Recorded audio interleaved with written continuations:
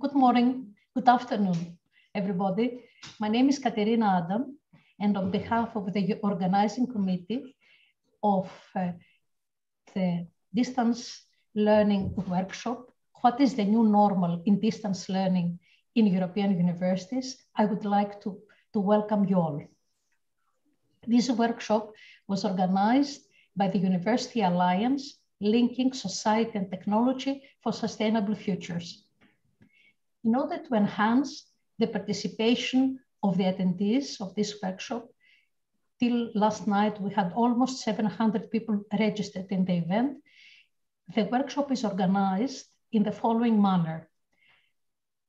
After this plenary introductory session, we are going to have 3 parallel panel discussions where representatives from all universities of the Alliance, academics, students, and IT experts are going to discuss on the opportunities and the challenges of distance learning in our days. The main conclusions of this discussion are going to be presented in the summary and conclusions by the moderators of each panel discussion. During the whole of this workshop, participants will have the opportunity to present their questions and answer to pollings that are going to be available during, as I said, the whole duration of the event. The event is going to be broadcasted online in the website of the workshop, as well as the YouTube channel of the National Technical University of Athens. For the participants who might be interested to receive a certificate of attendance, please identify so in the website of the workshop, and you're going to be issued a certificate following the completion of the event. And again, on behalf of the organizing committee, I would like to thank you all for being with us today. And I would like to invite Professor Andreas Boudouvis, Director of the National Technical University of Athens, to open the workshop. Professor Boudouvis, the screen is yours.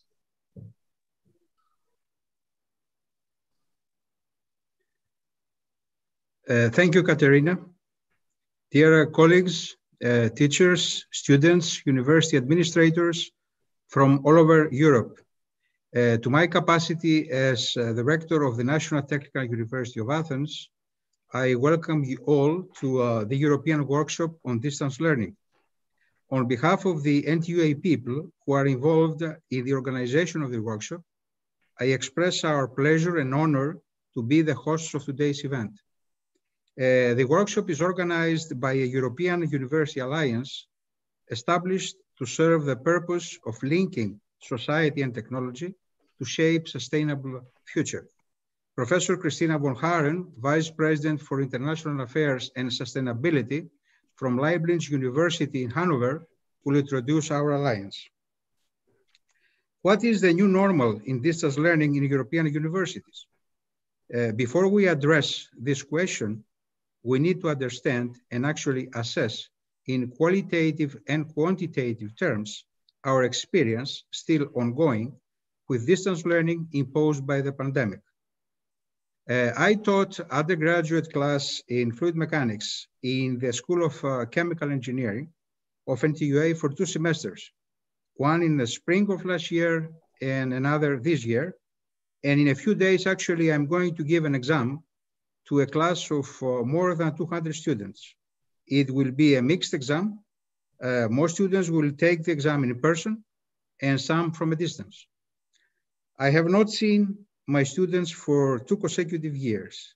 I did not have the chance to interact with them with physical discussion through body language, eye contact, and spontaneous reactions and automatic adaptation to circumstances and happenings that is the traditional normal in usual classroom teaching and laboratory training. I will not be able actually to recognize most of them when passing by in the building's corridors or the various campus places when the anti-pandemic measures are over. My colleagues, the teaching personnel in NTUA, as in many other places all over the world, rolled up their sleeves from day one and started Zooming, teaming, Webexing. And so did the students from the other end of the line. And they did that with a lot of patience, determination, and great sense of responsibility. It was like we were all prepared to deal with an adverse and extremely demanding situation of the kind of the pandemic. And we did all these things while taking care of our own health and the health of our families and loved ones and those close to us, keeping social distance, dealing with lockdowns, and obeying reduced mobility rules. Although education went digital, that was an one-way choice, there could not be but very limited virtual substitution of certain activities, such as hands-on laboratory training an engineering student has to go through. What are the consequences and limits of going digital? As far as mainly students as well as teachers, strengths limits, psychological and otherwise, are concerned. How about learning outcomes, examinations integrity, implications on European student and staff mobility? One thing is for sure, that we feel that we have reached a point of saturation, even exhaustion. The pros and cons of distance learning will be the basis in shaping the new normality. Here are what some NTUA students had to say about some pros of remote education. I save at least 2 hours of travel and have more time to read. Great viewing comfort. The blackboard looks perfect and does not depend on our seat in the auditorium. Those of us who have used to live away from our families now live with them, saving effort and money. We are not late for class. We wake up later than before, a few minutes before the lesson starts, comfortable and relaxed, and do not experience any travel delays. And a last comment from the students. We do not miss lectures. Sometimes when we are pressed for time to complete a task, we may choose not to attend a virtual lecture, but we can return to it in an asynchronous way. What will be the mixture of digital and physical, remote versus in-person, as we progress with the anti-COVID measures, locally and globally? As I understand, the majority of the US universities are planning to go hybrid next fall with a stronger preference towards in-person teaching. That most likely will be the prevailing choice in Europe. In this virtual workshop, academic educators and university students from the 9 universities of our alliance will discuss distance learning as a new learning modality for social, technical, and pedagogical perspectives. Our keynote speaker, Professor Pedro Luis Martinez, Vice Rector for Strategy and Digital University of Murcia in Spain, will address key issues of remote education in our era. Success stories and lessons learned in the COVID era will be started and discussing and shared within panel discussions to identify advantages and opportunities for universities and work towards sustainable solutions for the European higher education area. Before closing, my thanks to the NTUA team for the hard work regarding the preparation of this meeting, and in particular, the chair, Professor Katerina Adam, Professor Ioanna Rousaki, Antonia Labropoulou, Katerina Makrinou, and our virtual floor manager, Yannis Zikounakis, and our technical team, who will be under alert in the front and backstage for the duration of the event. And I also thank the rectors and the presidents of the Alliance for supporting our proposal to run this workshop, the study and education working group members, the moderator, the panelists, and the attendees. Let's go for a fruitful and vivid virtual conference. Thank you. Thank you very much, Professor Andreas Budvis. I would like now to invite Professor Christina von Haaren, Vice President of International Affairs and Sustainability of the Leibniz University of Hannover, to present to us the University Alliance shape linking society and technology for sustainable futures. Professor Haren, the floor is yours. Thank you very much. Should I share my slides or will you do that? You can do whatever is easier for you. Okay, then I try.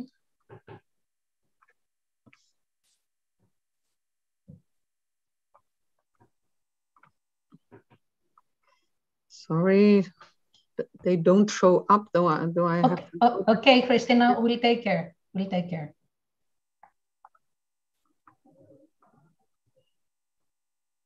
Strange. Okay, then I will stop here.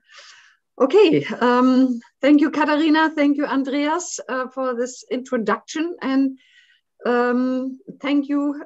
I would like to join into the thanks which Andreas just gave to the team who organized this, because the European University, the alliance which we are forming right now, is living of such initiatives and such great devotion which we experienced over the last weeks, especially from the NTUA team.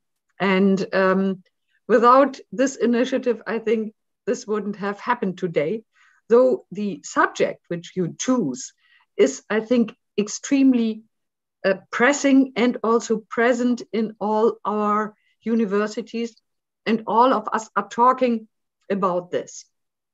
And so this is an excellent example, I think, for the possibilities and the potential which the European University is unleashing, I would say, which is present in all our universities. And let me also link to what Andreas just said, the description of what happened in the NTUA, in the TU Athens, is exactly what we could transfer to Hanover, what we experienced here. And I'm sure also the other universities and members and participants here can join in, because that is something we now have to master in each university, but also we can better master that together. And it also opens a lot of potential for joint teaching. The University Alliance, which we formed, consists of 9 universities.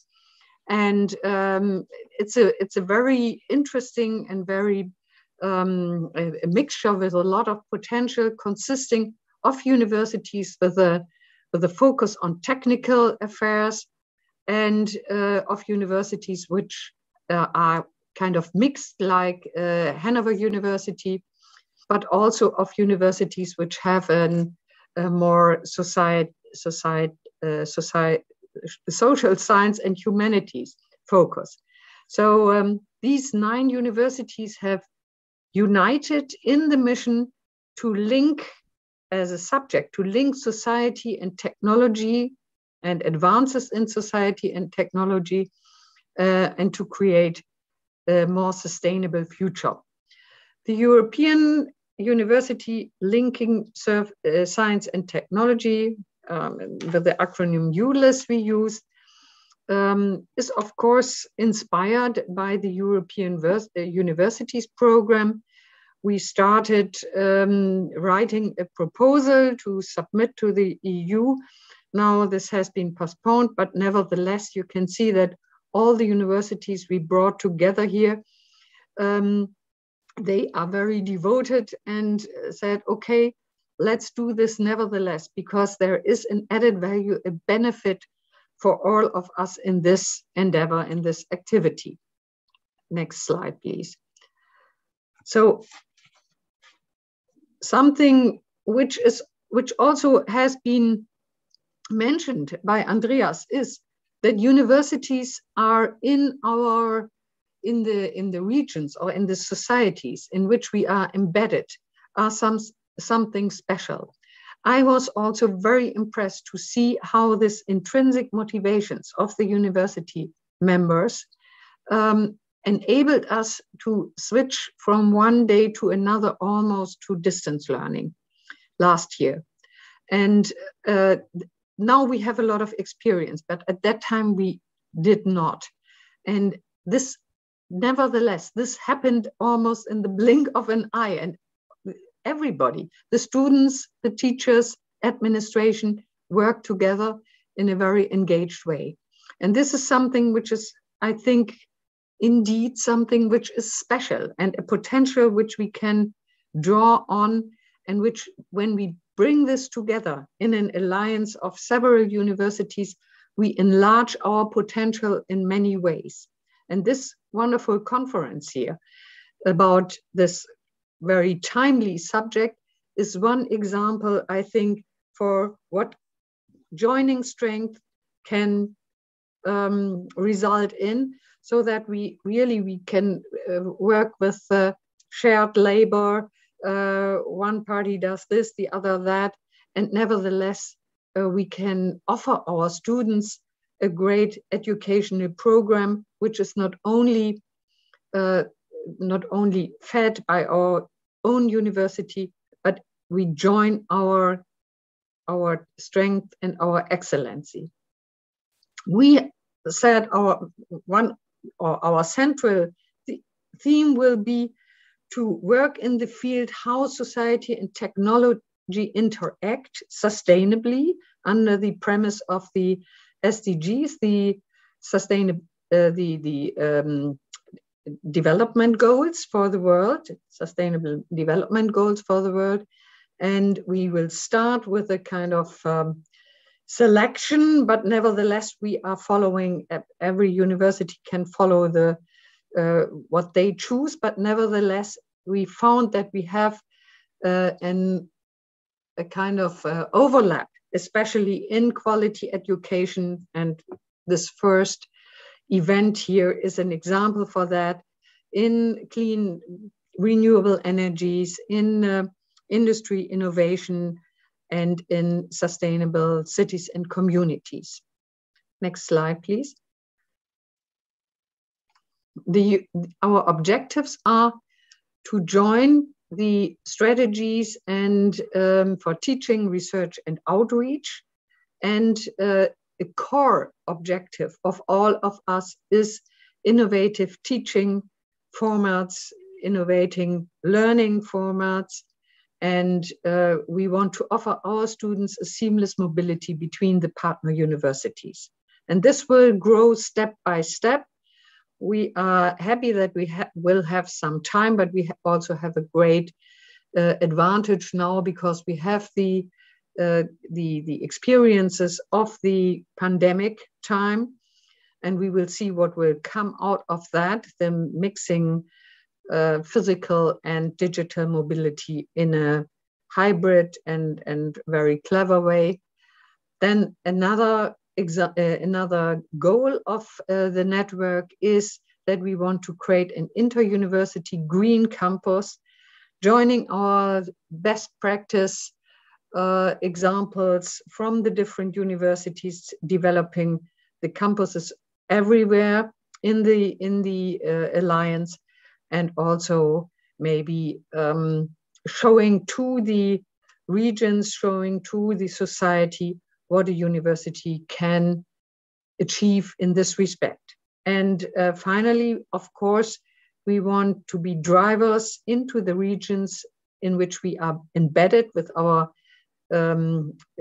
single universities, but also as a network, and work there as a driver of development, but also supporting networking of science society in the regions and with societal institutions. So that is our vision, and this conference here is a very good start, I think. We have several projects which we try to realize right now, but I'm very happy that we start here with this really great teaching initiative, and I'm really grateful to TU Athens that they started this initiative and also organized it so excellently, and I must say, in a very short time. Thank you. So also joining also different organizing cultures, I think brings, I wouldn't know whether the Germans would have been so fast.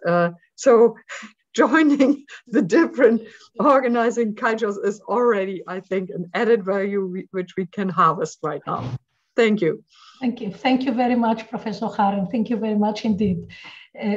With this opportunity, we would like to invite our keynote speaker, Professor Martinez, Vice Rector for Strategy and Digital University from the University of Murcia, to give us his keynote speech, A Strategic View on the Future of Higher Education Online Teaching. Professor Martinez, the floor is yours. Thank you very much. It's a real pleasure being here, sharing with you views and probably generating more questions than answers on this very interesting topic idea that you have selected. I think it's a very good opportunity for a great consortium to reflect and think about what's the future of online learning in the European arena. In this regard, I've been reflecting on several stages, which is what happened with COVID-19 to what we were already doing. And then we'll have a little view on what could be the possible futures on how online teaching and learning can evolve in our European arena. The reality is that, I mean, universities were already facing digital transformation before COVID-19. And for most of us, we were all thinking on new ways to make the most of technology in order to increase the competitiveness of our institutions. And the reality is that technology opens up a lot of new opportunities, especially in whatever is related to teaching and learning. However, there are a lot of different challenges that higher education is going to have to face in this decade. And in fact, many of those challenges already remain, not only before COVID, but also in post-COVID. And in that sense, we were already working and thinking on how to adapt our institutions and our business models to this new reality that was about to come. Things like personalized learning, like long life learning, digital credentials, or even data or learning analytics were already here before the pandemic. But the reality is that when the pandemic suddenly appears, of course, it creates a strong disruption. And then we need to move faster than we were moving. We were taking this like some possible future. And then we realized that it's not a possible future. It's a reality which is already here. And I think in higher education institutions, we will have like 3 different phases on how we will approach learning and teaching. The first phase was basically learning continuity, trying to continue our teaching and learning activities with the help of technology and in an emergency situation. Phase 2, to me, is basically when what did happen after the first severe disruption, when we enter into the preparation of the current course, 2020-2021. Most of universities, we were trying to introduce some novelties, improve our tools, and basically incorporate the lessons learned during the first phase. And finally, there is the phase 3, which I think is still about to come, which is what's going to be this new normal and what will be the future that we will have to face, and how can we evolve all the effort we've been doing into making our institutions prepare for such future.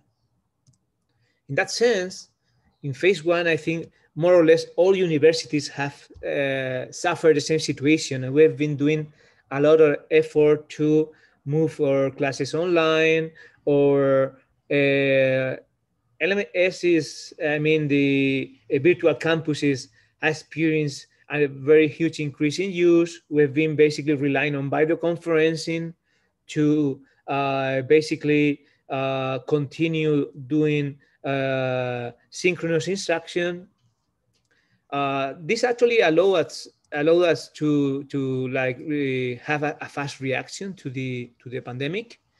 But we all recognize that probably that was not the best model, and we were more in doing some kind of emergency response teaching than really an online learning. So for the second phase, I think, again, the most heard keyword, or I would say now even buzzword, is hybrid learning. And I think, most universities, we've been working on improving our basic technological tools. We've been introducing multimedia into all of our lecture rooms. We've been offering our teachers or faculty a whole new bunch of utilities they can use to enhance the experience of their teaching and learning, increasing interactivity.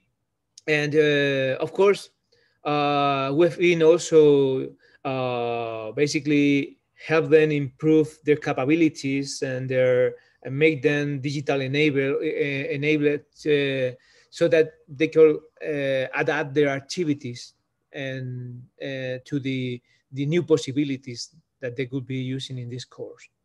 And this is how I think we have been transitioned through these two main phases. Now I would like to ask you to follow this link and let's do a small poll about what's your initial feeling about the preparedness of your institution for online learning and teaching in the years to come. So if you follow this link, you will be able to enter into this online poll. And I will ask you, I will wait a minute so that you can introduce your answers. And then I will comment a little bit on this first perception on how prepared we feel we are for online learning. Okay, some answers are already getting in.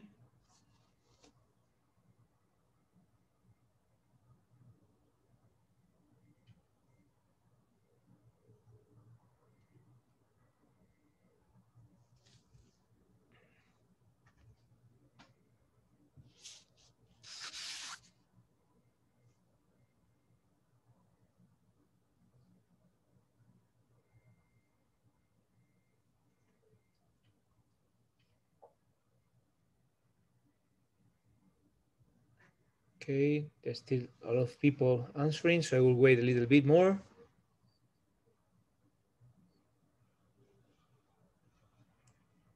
Okay, last 30 seconds.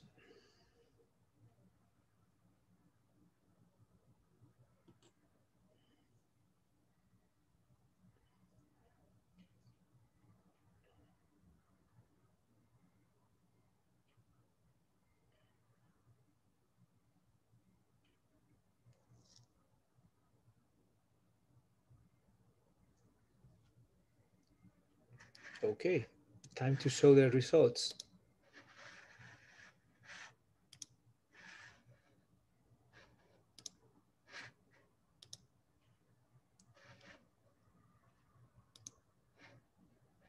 So let me, sorry. So at the moment, I'm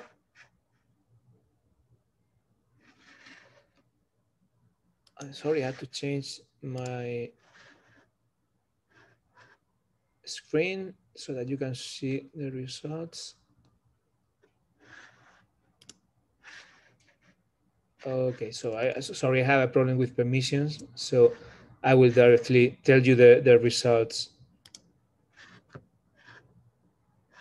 Okay. So at the moment, the results are as follows. 10% of participants think that their institution is very well prepared and no further investments are needed. 54% feel that they are very well prepared, but they still need to improve the capabilities of their faculty. This is the most voted option. Then at 22%, which is the second option, feels that the faculty is very well prepared, but they are lacking like technical capabilities. They need more tools. And 15% thinks that they lack important capabilities, both technologically and from the faculty. None of the respondents feel that they are not prepared at all to offer online learning. I think that's more or less like what I would expect to be a natural result, in the sense that we have done a lot of effort to improve our capabilities during this more than 1 year. And in reality, I think we have done a very good effort and we have improved quite a lot. The thing is, if the offer we are already doing is good enough to be competitive in the future. And then we'll talk a little bit more about the future later on, so that we can think if probably we still keep our opinion or we change it. But the thing is that many people has confused this remote emergency teaching with online learning, and they are basically not the same. So in some cases, even though experience may not be the best, that doesn't mean that online must be worse than on premises or vice versa. I mean, they are just orthogonal questions. So in that sense, what is important is to know where we are in terms of maturity for online learning, and having and establishing an strategic approach to improving our position. So in that regard, for instance, this is the case for University of Murcia. Our main goal is not to be or to become a fully online university, but we have improved a little bit during the pandemic in some of the different areas of online learning maturity. But we can see here that we are still not quite mature in some others. So for instance, in our case, I wouldn't say that we are very well prepared or that we have no investments to be done. I think probably we still need to do something better.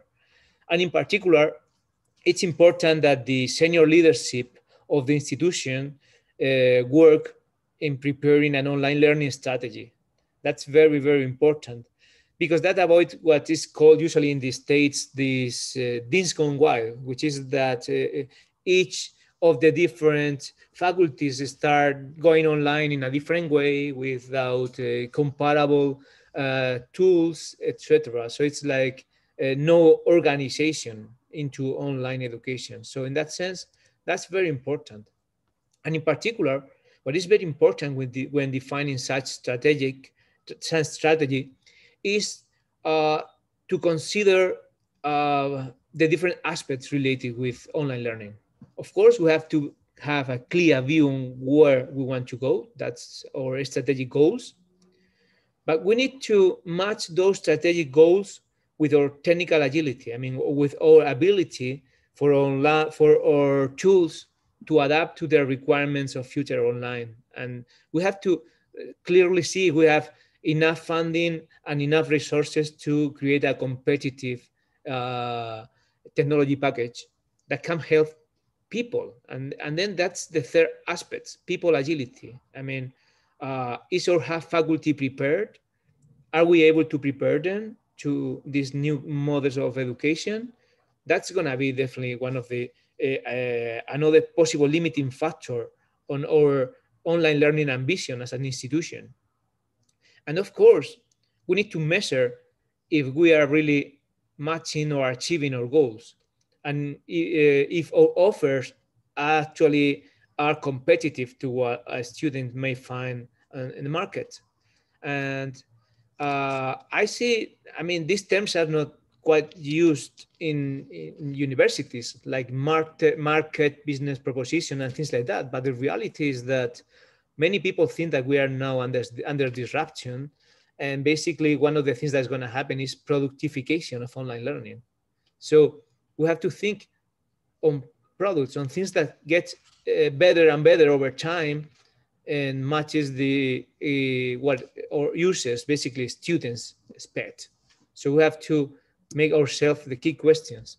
And it's important to find the right balance between providing a very good, solid online experience for all of our teachers in an easy way so that they do not need to do a lot of effort. And this is what we call working on foundation. And probably 80% of our funding should be focused on this foundation, on our LMS, and creating easy but very good templates for our professors to move their courses online, etc. And at the same time, allowing those staff who wants to go further, who wants to innovate in their teaching and learning, to also be able to experiment and evolve. And the idea is basically creating this continuous cycle of increased improvement. So when we think about phase 3, the probably most referred word I've found in the literature is uncertainty. Nobody is clear on what's going to be the future, especially in the long term. And in this case, I mean, we were already thinking, at least the people who work on strategy, like in my case, on what is to pose or what our university wanted to be in 2030, for instance.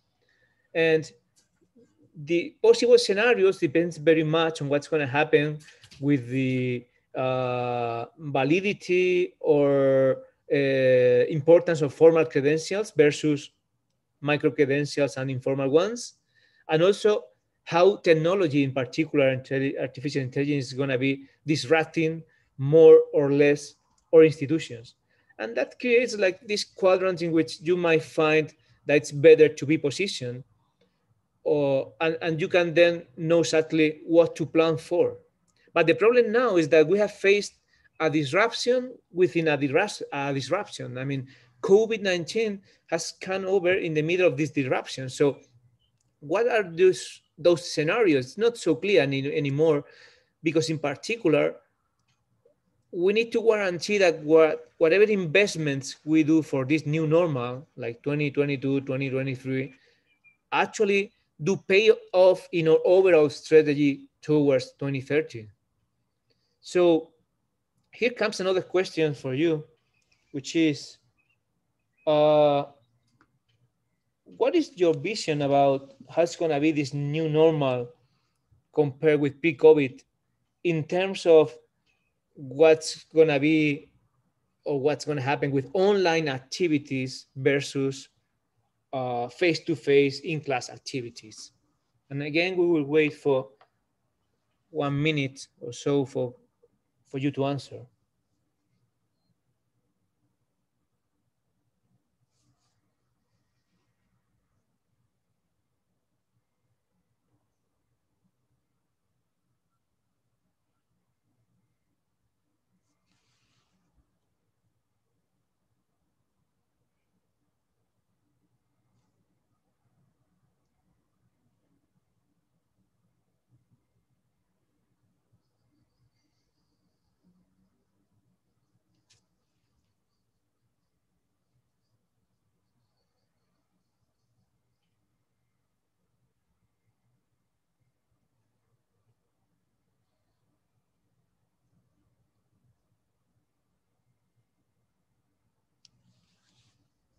Okay, we have a lot of input at the moment, so I will wait just 30 more seconds for those of you who haven't answered yet.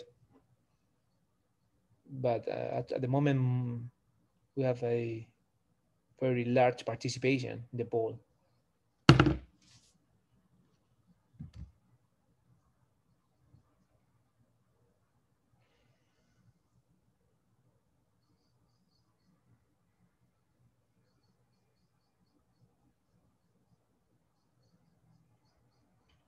Okay, here we go. So at the moment, the winning option is those of you who think that online activities will grow and face-to-face classes will be reinvented for greater value. This at the moment has like 57% of the votes. And the second option, it's online learning activities will grow and face-to-face classes will reduce. The other two activities, like online activities exponentially growing and face-to-face classes almost disappearing, only has a 4% people thinking that's gonna be the future scenario, and that both online learning and face-to-face classes will go back exactly to where it was in pre-COVID values, have a 14% of support. So I think that represents pretty much what is also the feeling, I think, in my university at the moment. I think there are still some people who think that things may probably go back to where it were, but most of us think that actually things has changed and they're not going to be back to where it was exactly, or teaching and learning, and things are going to change. And those are basically the two possible options people are thinking: increase online learning with reduction in face-to-face. And most people, I think, at the moment, also at my university, thinks that face-to-face classes is going to still be there and they are going to be reinvented. And this is probably the same opinion I personally have. I think that presentiality is a very interesting asset that many universities, at least face-to-face universities, have.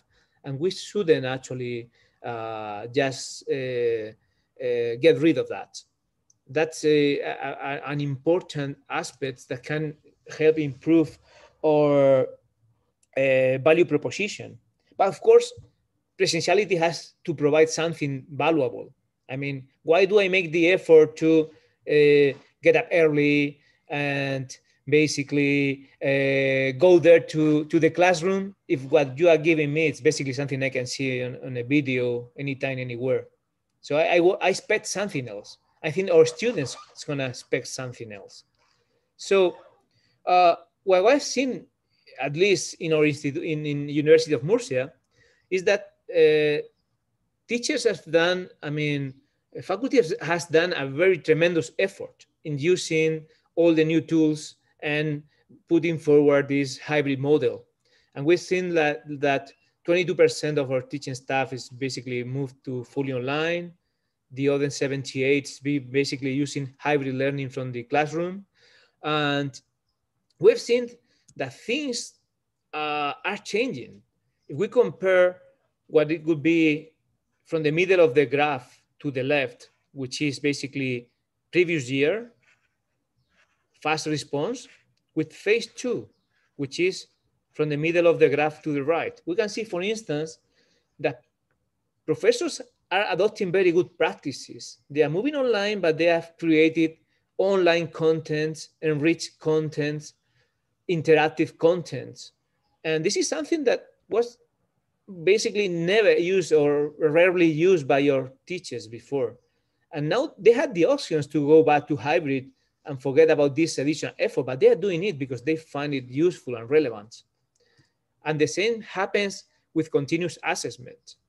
We have seen an increase in the way in which our students have been assessed. And we are using continuous assessment more than ever. And even with the exam tools, even though we are now doing our exams in a face-to-face manner, this year alone, we have been having still a very huge use of this remote examination tool.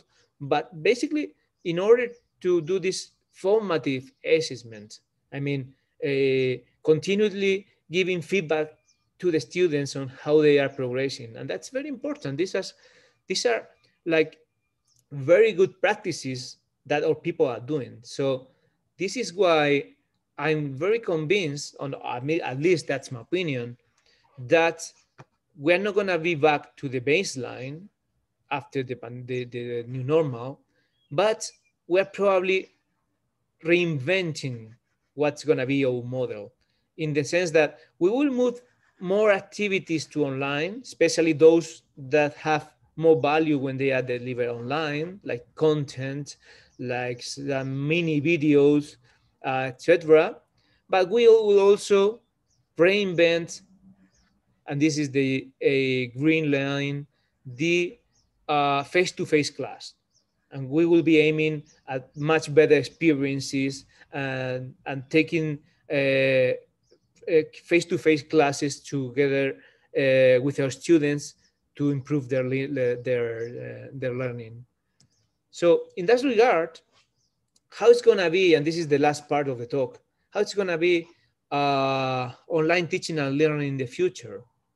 So basically, we can take some decisions ourselves, but we must accept that there are some important driving forces and global trends that's going to influence a lot of on higher education institutions, and probably we won't be able to make all the free or decide ourselves the model of the new normal. Probably that's going to be imposed by the reality. So it's clear that higher education was already being disrupted before, and the COVID-19 has basically accelerated quite a lot our requirement on dealing with those things that were already being pointed out by students, by faculty, and that the tools and technology can help a lot to improve the value proposition of universities. But there are things that are not going to change after the pandemics. For instance, there's going to be a very high impact of technology in the labor market, and that will basically increase the demands of reskilling and upskilling of professionals. In fact, some studies say that for 2030 and 2040, there will be more relearners and reskillers than first course students or students doing their first studies. And this is something congruent about in different studies. And we expect an exponential growth in demand. So if this demand in reskilling and upskilling is going to be tackled by universities, of course, we need to move online, because these kind of learners, of course, have very specific needs that can be basically matched in face-to-face learning. Again, the current model does not scale in terms of cost and quality.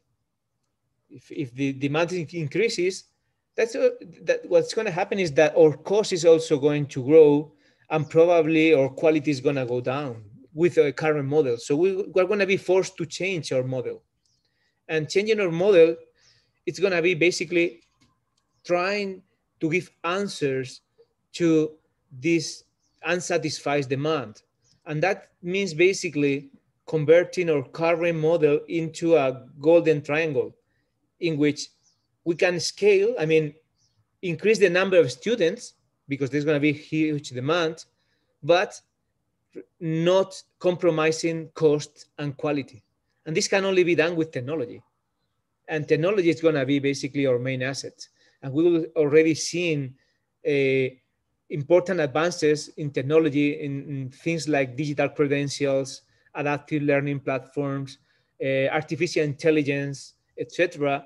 That's going to be a changing asset in the future of education. And some institutions are already working on that. For instance, University of Central Florida already has made a very big effort in transitioning from analog to digital. And they've managed basically to triple the number of students and basically lowering the cost so that more students from minority groups are getting into university, and at the same time being able to maintain a very nice quality instruction, even though it's online. And in that sense, they managed to change the model and to convert this triangle into a golden one. In particular, it's been really very relevant of what they're doing, which is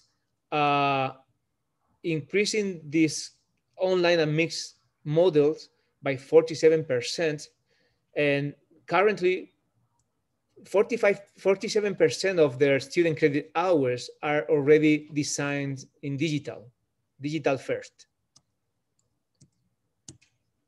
And key for that is basically this circle, this virtual circle I was mentioning before. The idea of having a center which is helping the whole institution in this transition. It's like the digital transformation of the learning, in which they develop our faculty, they help with the design of courses, they help with the production, and at the end, you manage to reinvent and recreate and continually improve the quality of your online learning. So this means that if universities have something to do, and universities have the power to embrace online learning. However, the future is not going to be easy. It's not going to be easy because, of course, the trends are still continuing in the sense that we are in the middle of a disruption and there's going to be important changes that we're going to have to face. And universities are not particularly good at changing fast. And in some situations, digital transformation in the higher institutions, in the higher education at the moment, is the second sector in which most acceleration is being produced only after bank. So in that sense, we need to be realized that the future of this online learning is going to be, point number one, enabled by technology. I mean, technology is going to be the only way we will have to be competitive and to provide quality learning and creating this golden triangle. And this is basically admitted, and this is basically the main conclusion of many reports on trends. And we see basically the same technologies like artificial intelligence, learning analytics, micro-credentials, open educational resources. So definitely technology is something we have to embrace if we want to be successful in online learning. The second aspect to consider is there's going to be an increased competition, because basically when you move online, students can study anywhere, any place. So competition is global, it's no longer local. So if your value proposition is not good enough, then you might suffer and not be competitive and successful in online learning. And of course, at the moment, there is this Saudi education sector in which we see many companies entering into this higher education, because they have seen clearly from my previous graph that there's a huge demand. And there's going to be this huge demand for reskilling and skilling. So if universities want to be key players in that arena, then we will need to compete with these other new guys in the block. And of course, that means that things that at the moment we do not pay much attention so far, like marketing and data analytics, is going to be very, very relevant. For instance, Southern New Hampshire University, which is the second in the United States with more online students, invests yearly 139 million in marketing in order to be competitive with some of these other MOOC offers like Coursera, Udemy, etc. I don't know your institutions, but for sure in the University of Murcia, we cannot spend such amount of money for marketing, because basically we will have to stop even getting electricity. So in that sense, that's a huge change. You want to be competitive there, you have to be prepared for what's coming. And this coming is also huge disruption in the sense that this remembers me to the 21st century, when we have these companies in entertainment sector that they were living very happy, and they were looking at Amazon, Netflix, YouTube, and things that they were not worried at all. I remember there was this guy from the music industry that said, MP3, who's going to listen to that crap?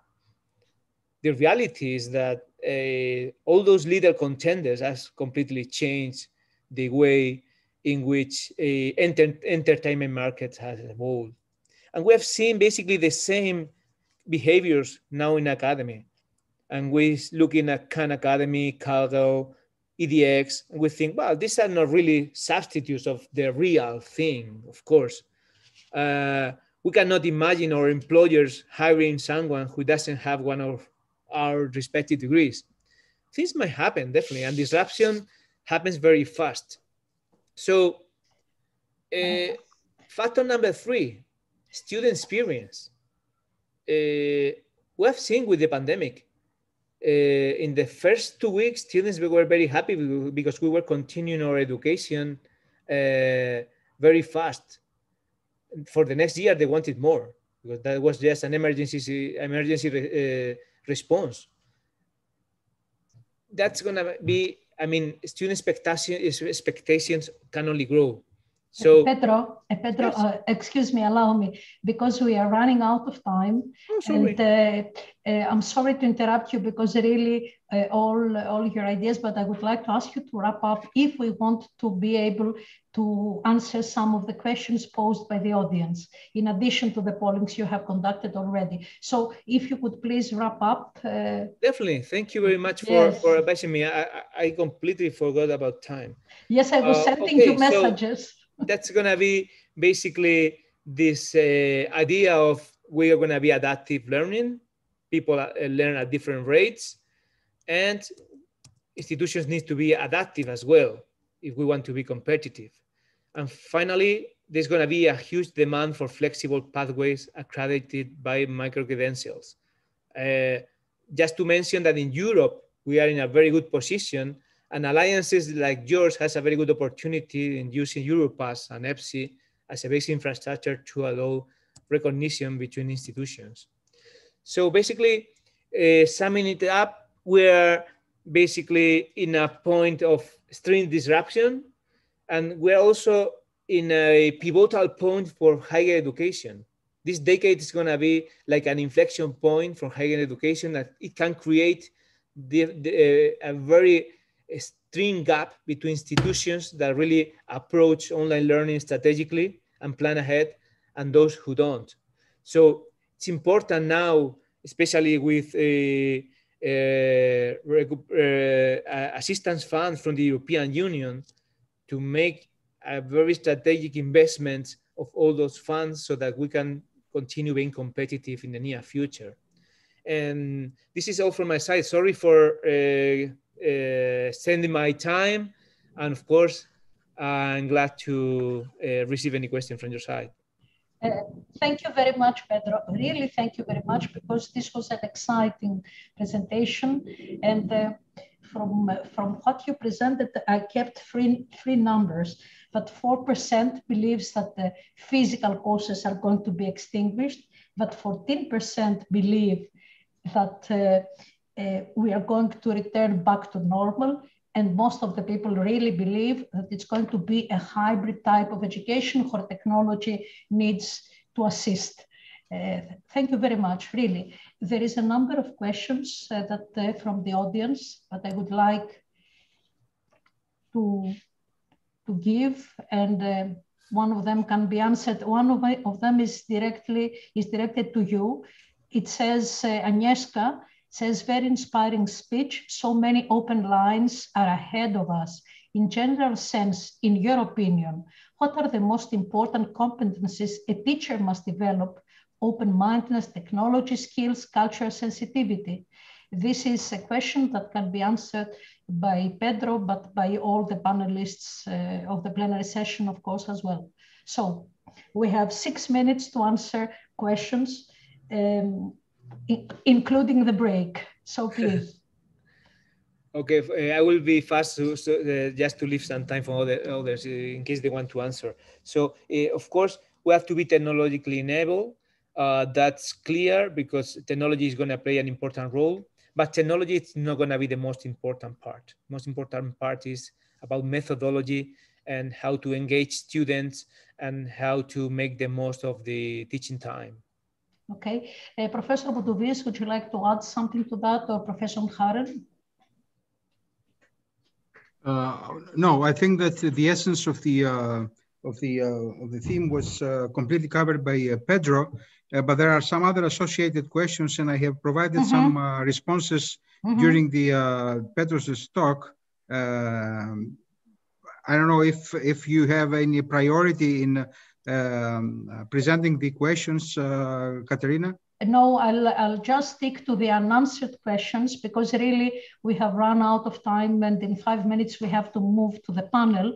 So I'll go to the second question that remains unanswered. I think that it will be interesting to see what the long-term impact will be. How much will virtual exchange and remote work be used? Will blended learning not only be a remedy in times of social distancing, by a means for more flexible and better quality learning? How will the experience of the crisis shape joint research and enhance open access? Actually, it's a question with 3 legs, so I will repeat it. How much will virtual exchange and remote work be used? Will blended learning not only be a remedy in times of social distancing, but a means for more flexible and better quality learning? How will the experience of the crisis shape joint research and enhance open access? May I comment on 2 and 3, just very briefly?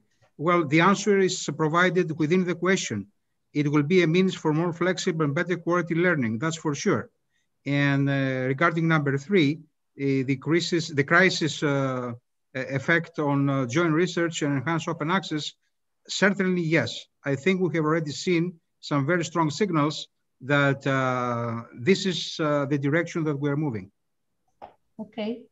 I don't know if Pedro or Christina would like to add something to this question. From my side, I totally agree with Professor Andreas.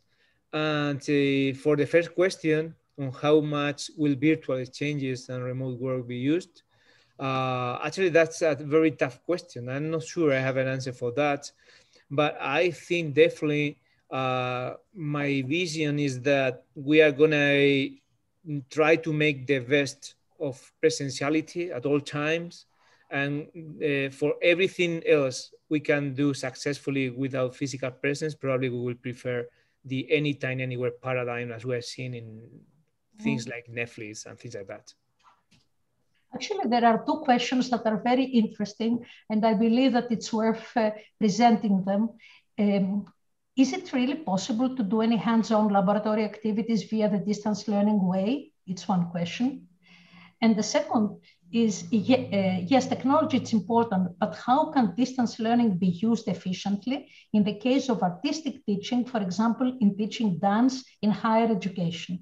So anybody from the panelists that would like to answer to these questions? The one refers to laboratory activity, hands-on laboratory activities, and the second to artistic teaching, emphasis placing in teaching dance. Virtual reality, augmented reality is the way to go. Of course, there are other prerequisites for that. Regarding the last question about dancing, I have seen many people doing Pilates over the internet for the last 6 months. I think Christina wanted to add something on that. Am I right in saying so?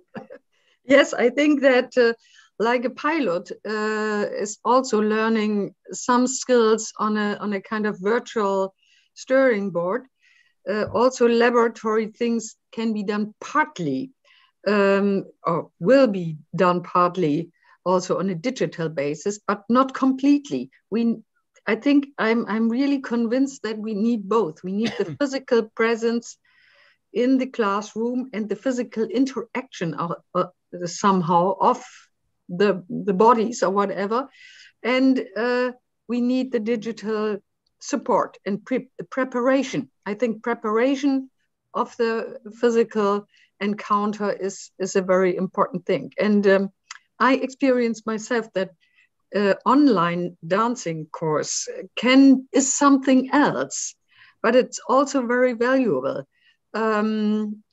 I had an online dancing course over this last year, and I learned things which I wouldn't have learned, I think, in the usual dancing course. So I think also there the mixture makes the good recipe, and the mixture will be different in different disciplines and different lessons, types of lessons. All this really, it is really exciting, and it's not only for us. I think it's for all the attendees that are approximately 300 from what our team tells me. But I really have to stop, and I strongly recommend and I strongly urge all the participants to put the questions that we do not have the time to be answered to the panel discussions they are going to participate.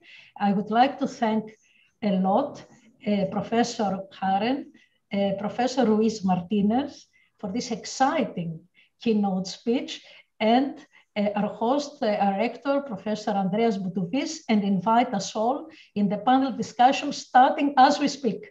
So let's continue. Thank you, Katharina, and thank you also, Pedro. This was a very strategic, very good talk, I think. I learned a lot. Thank you. All of us. Thank you very much. Thank you very much to you all. Thank you.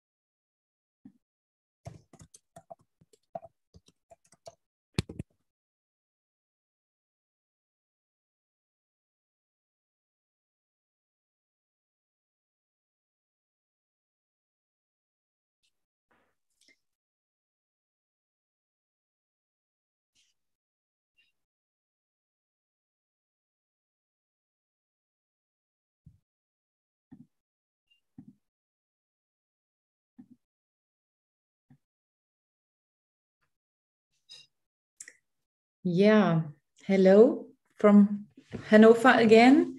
I'm Julia Gillen. I'm the moderator of our panel. I'm not sure if we can start already or should we wait on. Hello, Julia. Hello.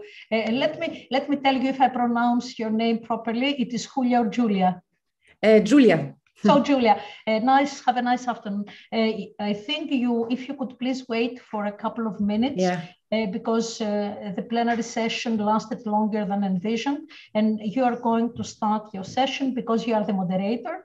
You present your panelists, and you put the one question, the answer, and then you put the second, and then you do the wrap up for the closing session. Okay. Okay. So, Julia, I'm going to let you know in a minute whether all your participants are there. Mm-hmm. So for you to start. Okay. Thank you very much. Thank you. Very good.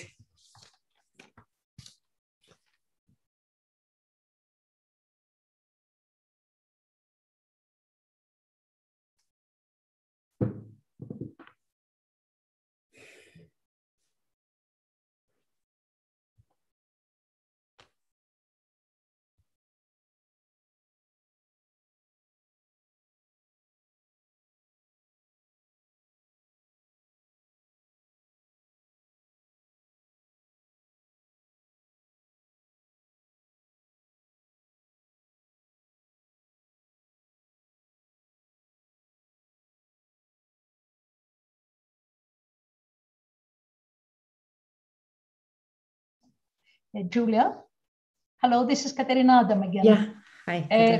You can start in 4 minutes if this is okay with you. Yeah, that's good.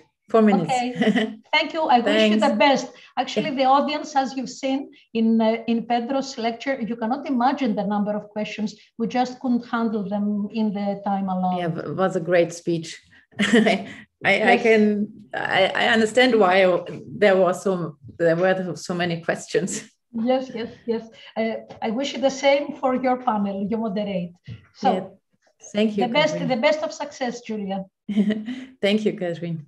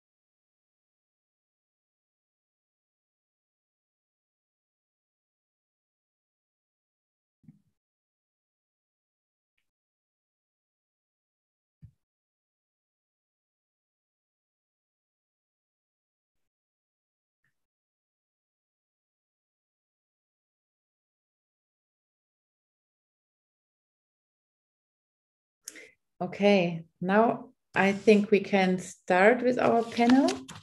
Hello, I'm Julia. Julia Gillen from Leibniz University of Hannover.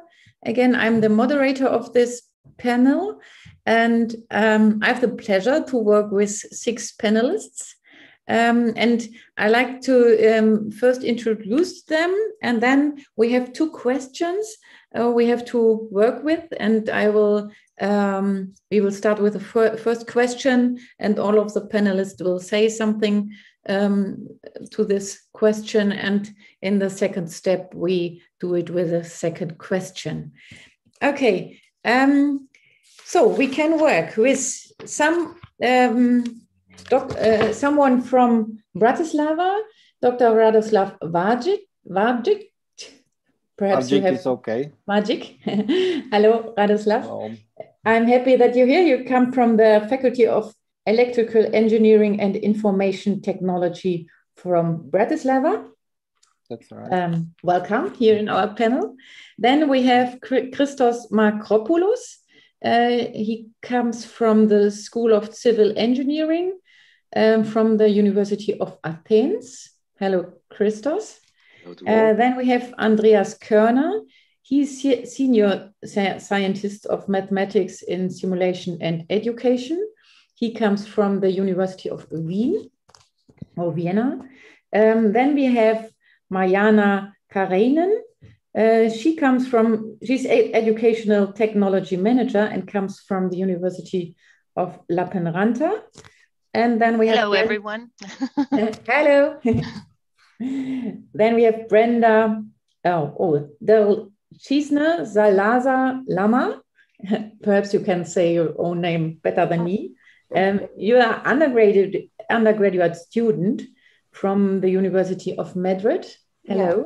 Hello. Brenda. And then we have Rosa Talala. She's also undergraduate student, but she comes from the University of Lappeenranta. Hello, Rosa. Hello. So now we have all of our 6 panelists with a small introduced with name and the university where you come from. And in our panel, we have to talk about 2 questions. The first question, all of the panelists know the question, is which are the key opportunities, strengths, or advantages you identified during the distance learning period? So perhaps we start in this first session with Radoslav again. And in the second session, we start with the students. So Radoslav, can you say us some comments to this question? Okay, let's start with the first one. So opportunities, strengths, and advantages that I have identified. So I think the opportunity, thanks to COVID, is now unique. Never before it was so suitable condition to start and continue with distance learning with much bigger extent than now. So I believe now is the good opportunity, and also it was this pool previously. I believe that online activities will grow, face-to-face classes will be reinvented to greater value. So we will somehow cooperate with the traditional approach. And what is strength, what was maybe not mentioned here, that we are living in the digital transformation. So for the distance learning, let's say a good thing is that all teaching materials are in digital form, or is just prerequisite. And this transformation has to happen. So, and this is also ongoing process. And for distance learning, I think is essential, because for distance learning to be executed, the teaching materials and also the teaching process should be in harmony. But this teaching, let's say, digital materials should be available. And we also have a shorter time to market now to make a good textbook or the material. So this is strength, I think, of this process to continue and to be really deployed, say, in greater extent, and to remain. So, and better availability, of course, of the students, teachers, in case something happens, maybe inform on flexible time schedule, maybe recording of the process. So great flexibility. What I think, maybe this is already the second question, what are the challenges and weaknesses? I think the examination process is huge weakness of all of this, because it's hard to, in big quantities of students, to perform it, let's say, with the same quality like face-to-face. And also this digital transformation of these all multimedia documents and materials, storage, copyright, it's maybe really challenging, I would say. And that's my answer to these questions. Thank you. Yes, thank you, Radoslav.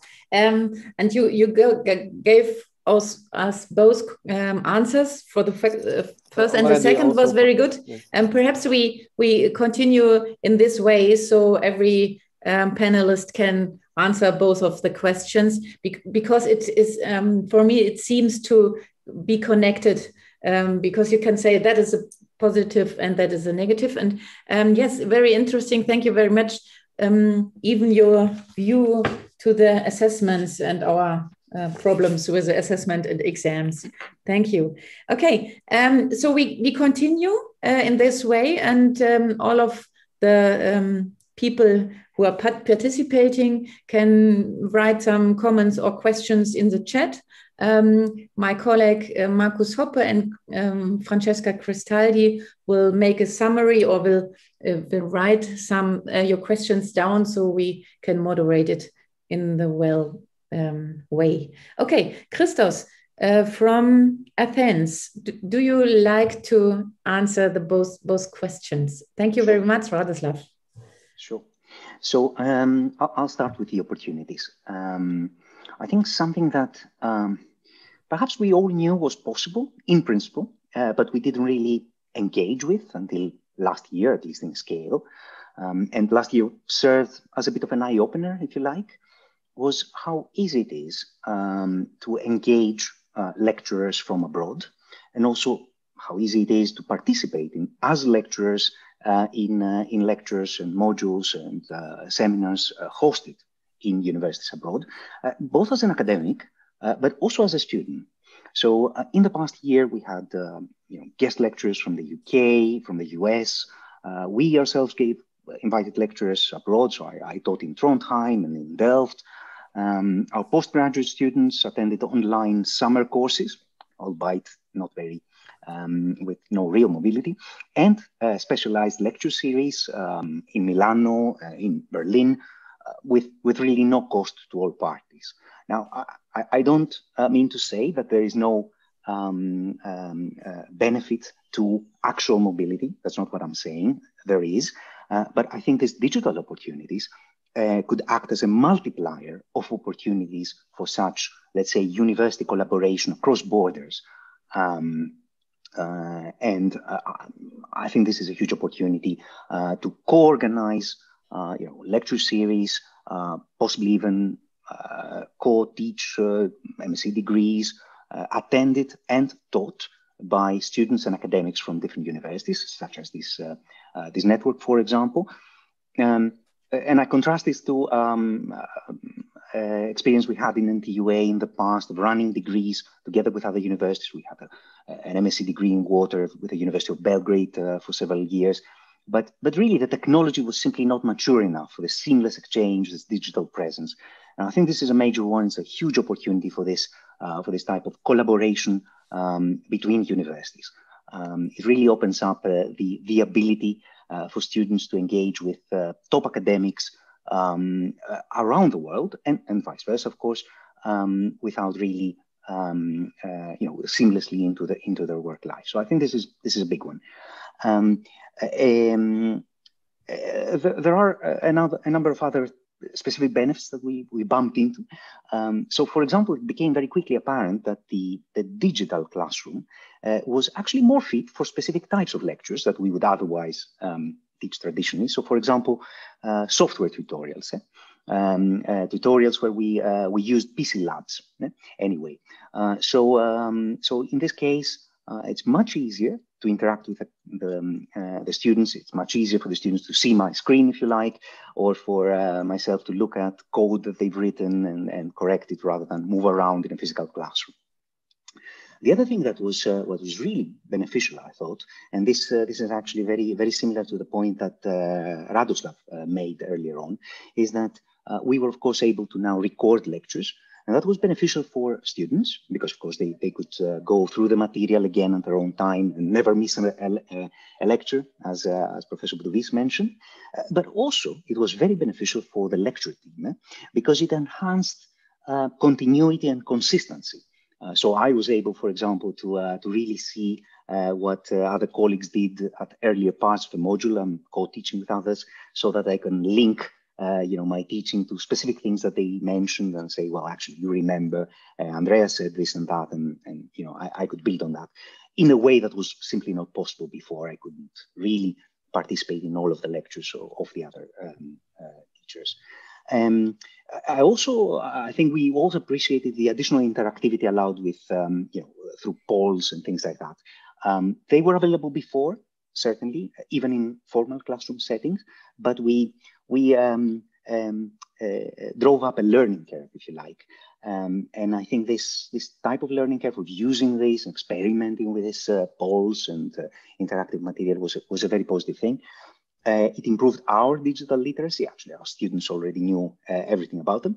And I think it also, let's say, increased the acceptance of this digital form or digital part of education. It's not the whole story, digital education, but this digital part. The acceptance and legitimization, I would say, both in the minds of our colleagues, but also university administrations. So I think that is positive, and I think the challenge here would be to, in a post-COVID, if you like, education landscape, is to cherry pick what worked from the digital world, blend it with face-to-face courses. So I think that's a challenge, but a positive one. So this is the positive side. The question is, do you want me to continue with challenges, or perhaps? Yeah, continue. Sure. So I think there were two major challenges, I would say. Well, many, but two were the most important in my mind. So the first is was actually mentioned early on by Andreas Boudouris, this issue of engagement between and interaction between students and teachers.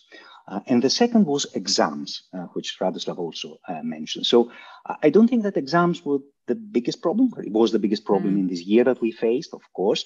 But I'll just discuss it and get it out of it, the elephant in the room. So I think it's fair to say that we didn't manage to guarantee fair exams in the past year. We did our best. Everybody did our best, students, staff, administration, but there's a lot to go. I think we adapted very fast, as was mentioned earlier on, but I have to say that our students adapted faster, and privacy concerns also played a role here. I would say in a bit of an exaggerated form, but still I recognize concerns of privacy. And I have to say, no good solution in terms of exams emerged the past year. We did switch to project work and oral exams, and this is fine for postgraduate students, not so much for undergraduates, and indeed, it is a much more subjective form of assessment. Continuous assessment picked up as a concept. We heard about this earlier on, but continuous assessment is really easier said than done. So, but I really don't think exams is the most important problem, as I hope that it will resolve itself, as it were, in a post-COVID world. And perhaps in blended forms, we keep the exams as face-to-face and move other parts of the learning process online. But we need to acknowledge that there's no tap in the back on that for trying, but perhaps not for achieving this. The most important is, I think, the loss of interactivity, and by that I mean that this loss of a communication stream, let's say, which is body language, looking at students and looking at understanding if they are following or not, minimizes the ability of a tutor to customize a lecture on the fly. So know where to slow down or speed up, or spot exceptional students that are really bored and have do this balancing act that we all do in classrooms. And this is because simply in physical classrooms there's a lot of non-verbal communication. This is, humans are designed for that, and that's simply not the case in digital classrooms. Yes, we used QA and polls and everything that Zoom provided, and actually the technology providers rose to the occasion, provided additional forms, and we use those, and that's nice. As I also mentioned it as a positive, but to be honest, these are too rudimentary, let's say, to be tasked with the extent of interactivity a classroom needs.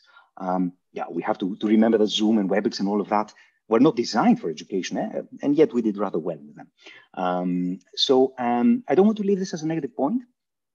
So I would just close by saying that I think what is the challenge is to learn from these other courses that were mentioned in the keynote speech, the courses that were designed as digital natives, courses in programming, for example, in data camp and Coursera and so on, that are recently popping up, and they were designed as digital natives. And that's also for some YouTube channels. And in these newer formats, you see different visual prompts, different forms of interactivity, different roles for the instructor. So most of the lectures are pre-recorded, the interaction happens around problem solving and so on. And this is not easy, but I think there is precedence, and we should learn from this. And there are cherries to pick, and I would say we need to try hard to assimilate them. So that's all from my part. Yeah, Christos, thank you very much for your big overview about in very many topics and very many opportunities, but even challenges. Thank you. Yeah, I think we have to finish here at 2:55. So it's better to go further on, and then we can make a small discussion in the end. So now I look to Andreas Körner. He comes from mathematics from the University of Vienna. And you University, I have to say. Hello. Yeah, hello. So, Andreas, do you like to give us some answers? Thank you very much. I will start, let's say, with the positive issues. In our institutions, we saw being that people, especially the staff and the administration, were busy with the technical issues the last, let's say, 15 months. The side effect was that a certain review of the didactical methods of, let's say, checking if the constructive alignment is made in the lecture and in the exam. So besides the technical issues, what we had some benefits in improving, let's say, the technical issues. This was very positive. And of course, the skills were improved. On the student side, in the administrative part, in the staff side, I would say our digital skills improved a lot the last 12 months, I would say. I can agree in TU Vienna was one issue where the students are now very in favor with keeping it alive are the recorded videos. The staff was a bit critical and said if the videos are recorded, they will not come any longer to the lectures. This was not correct. Even in distance learning, students came. Let's say one minor negative part there was the students were present, let's say, as a name in the list, but they did not switch on the webcams. And this is one of the negative parts. Somehow we have the idea that when you're home and you're, let's say, watching the video or watching the lecture live, somehow distractions are present. So I remember myself when I was a student and I was learning and studying home, I started to clean the apartment or cook dinner or lunch or something like this. So let's say the place where you are in your free time and when you're studying as well there, this is a bit problematic. And we saw that especially the beginner had some problems in this self-organization. Another issue regarding these recorded videos and recorded exercises and what else. Students were recording almost everything. Either it was prepared by the lecturer itself, and if not, then you had some screencasting online, what was okay. But when you have, let's say, 700 hours of uncutted material in video and you are 10 hours before the exam, then you have a problem. Of course, this is an organizational issue, and especially for the students which never showed up in the university, they started in the COVID semester. For them, it was somehow hard to organize themselves without any support, without any personal support of the staff or the other students which were normally present as well in the lectures and the exercises. Let's come back to the positive things. Besides improving our skills, it shows up that in the lectures, exercise, seminars, an extension of teaching methods is observable. So let's say the staff somehow reconsidered how to teach, and it's not only in former times the blackboard and the students in front and you're presenting what you're presenting, Somehow it's presented something before the lecture takes place. So pre and post learning is somehow a topic what we address now. And of course, methods in terms of keeping the attention of the students. We all know the rule: after 20 minutes, you lost the student's attention. And with some polls, with some questions where the student have to answer, or at least the opportunity is present that they can answer, this is somehow catching them back a bit. This is positive compared to the lecture hall, where after half an hour, students start to sleep on the table, or let's say get involved with other things. Another positive aspect is the academic supervision. So bachelor thesis and master thesis and things like this. This was somehow positive. It's easier to get connected with the students which are not longer studying active in lectures and seminars, which are sitting home and, let's say, work for their own. It's easier to make a certain video call for 20 minutes and just discuss a small issue. Before this was a habit, the students had to negotiate for a certain appointment. They had to come to the university. So this took longer time, let's say.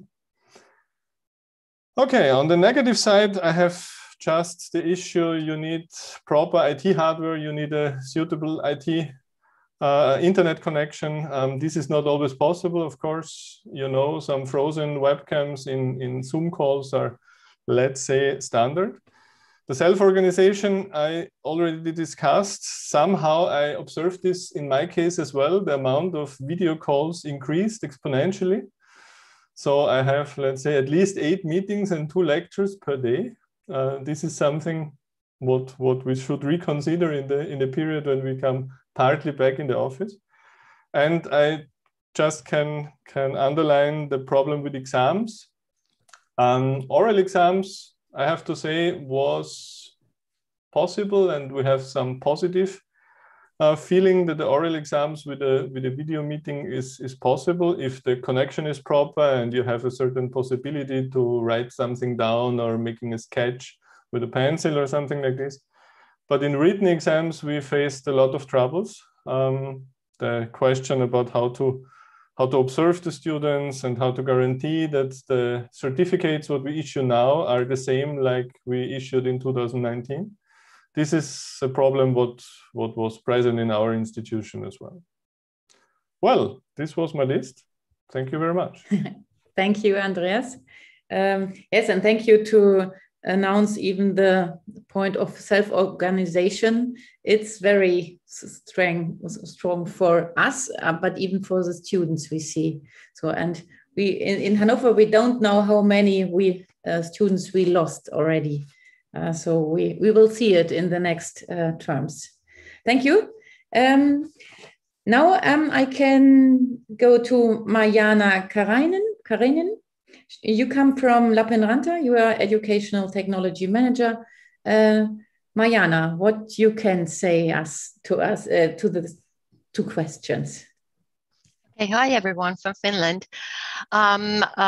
From my side, as we work on the university services, and we have a digital learning team of 10 people besides the IT services. So our team is taking care of the teaching technology and the pedagogical issues in our university. So this is kind of a little bit different side as we have been hearing with the speeches before.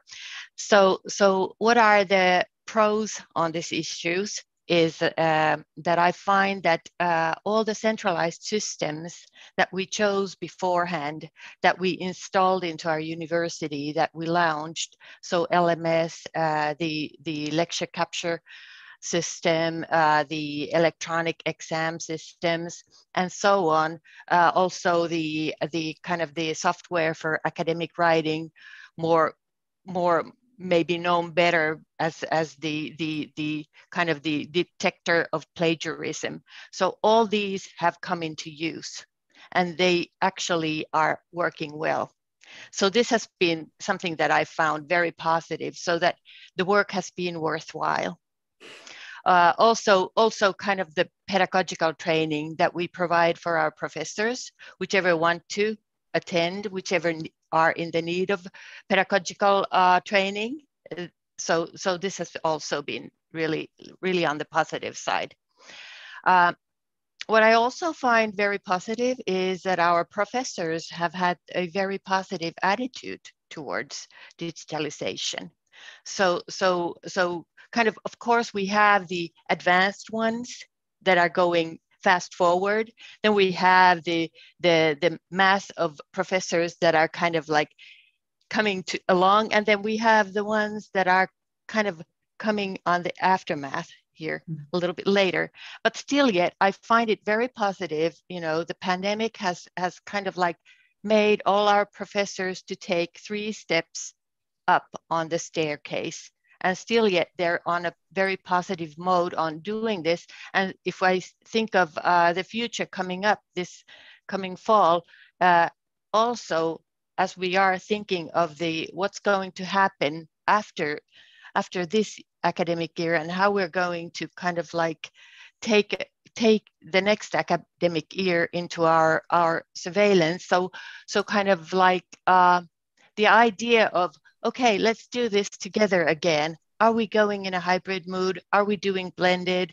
Are we on campus? What are the reasons to go on campus? I think the keynote speaker made a very good kind of a sentence in that way, that he mentioned that there has to be a reason to go to campus. I think there has to be a wow factor to go to campus. So that's something that we have to discuss with our kind of universities, that what's going to be the wow factor to go to campus, and what's the wow factor to be online. So these are some issues. Then if I look at the student side from our perspective, I think that now academic year is actually academic year, due to the fact that studies can be done non-dependent on time or place, or either the or. So meaning that you can choose courses around the year rather than having a fall semester and a spring semester like we used to have. So this is something that I find very positive, that if a student has an urge to graduate earlier, to do their studies earlier forward, so this has come very relevant. It's possible for them. And then about the assessment, I think that's also kind of like developed really well, meaning that we have the continuous assessment, we have the electronic exams, we have still yet the traditional exams that are needed, so that the surveillance is done as properly as it has to be done on certain exams. But then again, you know, the mixture of assessing tools is something that I find very positive now that we're using all of them in our university.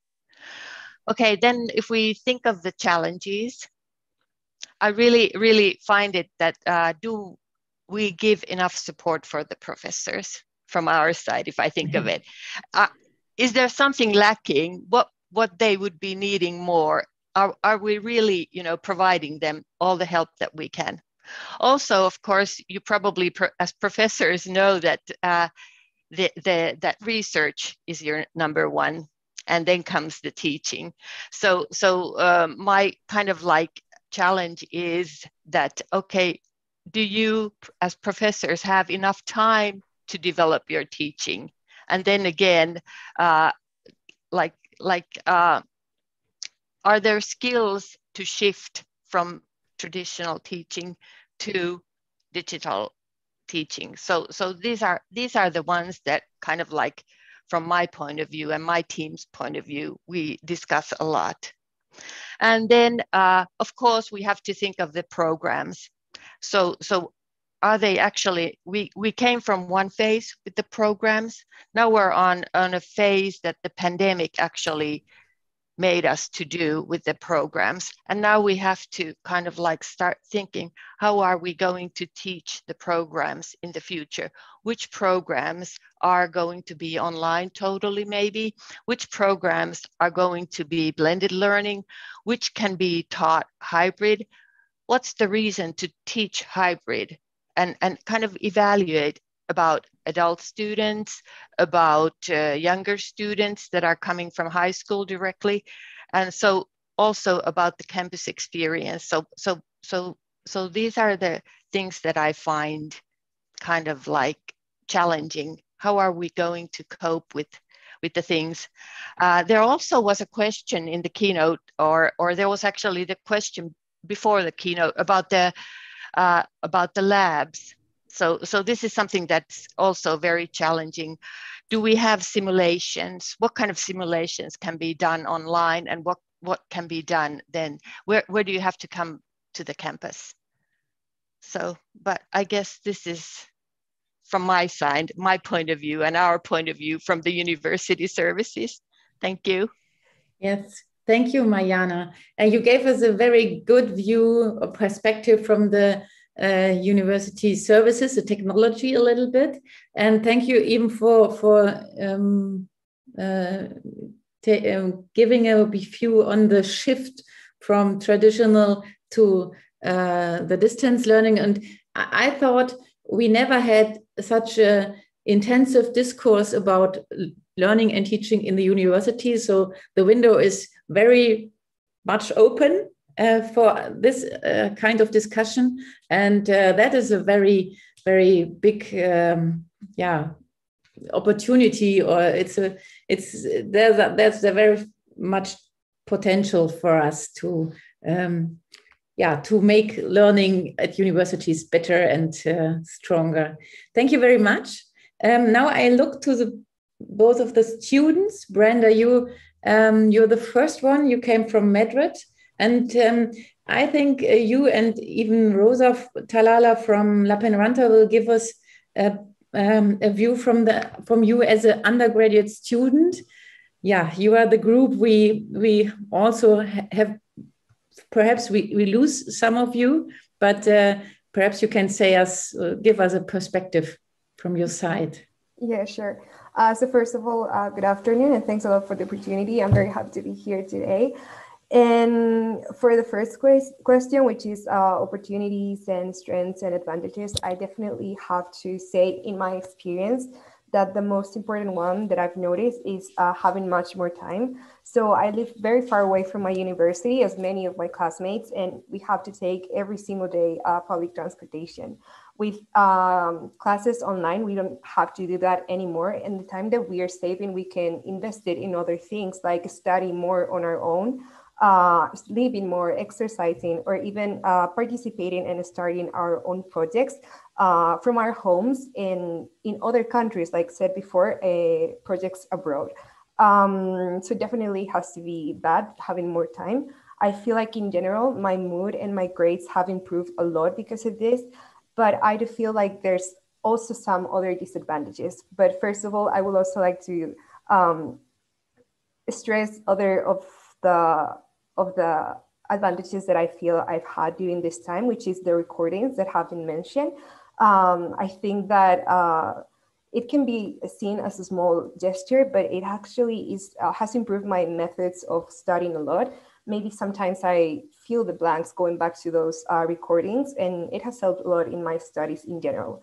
So for the disadvantages and the challenges that I've experienced during this period of time, I would definitely have to stress two, which is the first one has to be the difficulty in concentrating and focusing on the class. So some classes are 90 minutes long, and it's a very long time to be in front of a computer, just listening and just attending a class. And with the amount of distractions that most students have in their homes, like mobile phones, sisters, young siblings, and it can be very distracting. So it's very difficult to attend classes from home. But I would like to focus, and one of my biggest fears during this period of time definitely has to be uncertainty. So since the beginning of the pandemic, we've had 3 exam periods. I'm going again back to the exam periods, but we've had 3. And in the last one, I would say that the exam formats and also the protocols against COVID-19 have definitely been very clear. However, for the first 2 ones, I don't think they've been that clear. But I mean, it's understandable because it's a pandemic, something new, it's something different, but they were not as clear as I personally would like them to be. So for example, in Spain, we had a wave at the late January, and a lot of the cases went up a lot. And we didn't know whether the exams were going to be online, whether they were going to be on person, whether they were to be in a test format, whether they were going to be on an oral format, how the exams were going to be carried out in general. And we didn't know that until like a few days, 2 days before the exams, which definitely increased our stress as students, as persons, and just in general. Like it made it very difficult for us to study. So yeah, those would be what I found that my disadvantages and advantages have been during this period of time. Yes, thank you very much. And yes, the January and February, even in our country, was horrible for thinking about exams and if it's oral or not oral, online or not online. So yeah, I think even in Hannover, we stressed the students very much because we were not very clear for a long time. So, and that's very important for making good exams. So thank you very much, Brenda, for giving us this perspective. Now I look to Rosa Talala. You come from Lappeenranta, Finland. Perhaps you can give us some more aspects you see on pros and cons. Yes, so these are some positive aspects I experienced during distant learning. The period of distant learning has created flexibility for students to study according to their own schedule and from places farther away from the university. Courses at LUT are progressing from traditional lecture and exam-based course structures to course structures that aim to keep the student engaged throughout the course using continuous evaluation methods, which I find to be preferable for learning the information. And in addition, I enjoyed the flexibility in exam time and place. Most of my exams were in electronic exam room, where the student can choose the time to take the exam, or online Moodle exams that had a set time but could be taken from anywhere. In fact, I took one of my exams before Christmas in a cabin in northern Finland. And then some of the negative aspects of distance learning are that some necessary hands-on laboratory work is impossible to adapt to online environments. Interaction between teachers and other students was poor, and as a result, I felt a lack of support in my studies. I experienced that successful group problem solving was difficult on Zoom, which is unfortunate since working through challenging problems as a group improves my understanding of the concepts needed to solve the problems. And lastly, I know from personal experience and from talking to my peers that this period of distant learning has been challenging to most students. The student life is more than just studying, and the lack of social interaction between students has increased loneliness and decreased mental health for many students. Simple things like eating lunch with friends, grabbing coffee after lectures, or letting loose at student events counterbalance the workload and stress of studying. I believe that advancements made to online learning can diversify the university students' experience, but 100% distant learning does not provide students a motivating and innovative environment for studying. So that's mine.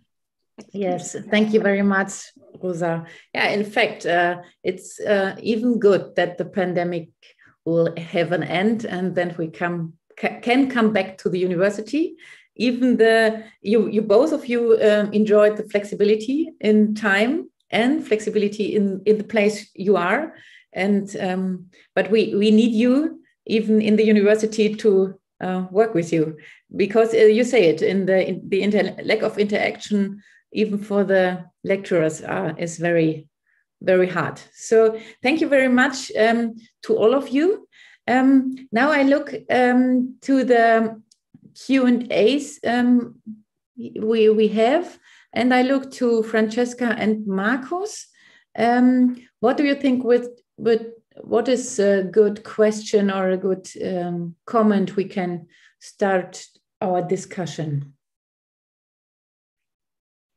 So I can start. Good afternoon from my side as well. Francesca Cristaldi is my name, and I work for Professor Gillian at the Leibniz University Hannover.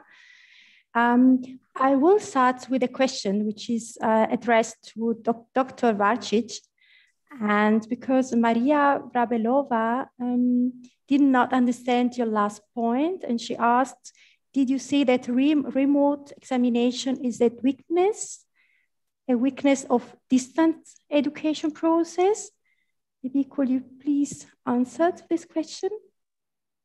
That is the challenge, let's say, and weakness maybe that we have experienced in the last year, that we should be better in this, or somehow support maybe continuous evaluation, not a big exam in the end, because then we should be extremely careful with what we are doing and if it's a proper evaluation. So this is the challenge and the weakness, let's say, of maybe current process and maybe necessary transformation that should be done in the process itself. Yeah, thank you very much. Even the point of how we make the exams, oral or in project, and even we, like you say, not in some summary form, but continuous, can give away the weakness. Okay, Francesca, what is the next question we should go through? So I'm just having a look at the questions, because there are also some questions who was not answered during the first panel. Maybe we can just go forward, because I also saw that some of you already answered some questions, but maybe all of you would like to also to add something. I would like to start with this one which will be one of the last questions. Do you think, no, sorry, this is just related to the other one. Should universities' IT departments organize instructional demos for teachers, students, minimizing technical difficulties that may arise in distance learning? Andreas Körner, you already answered to this question. Would you like maybe to add something, or just to? Yeah, of course, Okay. I can. Thank you. This is a topic at our university which came up, let's say, in March 2020. We collected within the first days, when it was clear that we will switch to distance learning, we collected all good practices examples, so that colleagues which were not involved in some electronic teaching before can somehow see particular examples how to switch to a certain distance format. So it started how to use Zoom, how to use Moodle, how to use our infrastructure, which is distributing the information to the students. So let's say the lecture information, the information about exams, either it's a certain course where you have to hand over each week a certain exercise, or you have a final exam in the end, or you have midterms or whatever. So this was what I said before, the skills in digital issues improved a lot, especially in the staff side, I would say. But as well, things like how to digitalize handwriting for the students when they have to do something in the exams. So solve particular examples in math, for example, how to digitalize. And we collected, let's say, the best 5 apps what were available on the market at this time, and how to use it, where you should be careful when you have a certain freeware, and suggest the freeware, not additionally costs are establishing for the students. So we tried to do this, and in the beginning, of course, it was working, but being that this amount of information were increasing over the time. Of course, there were a certain moment when students and staff started to stop reading this and again started to ask, how can I find this? Or just waited that some people were explaining this to them.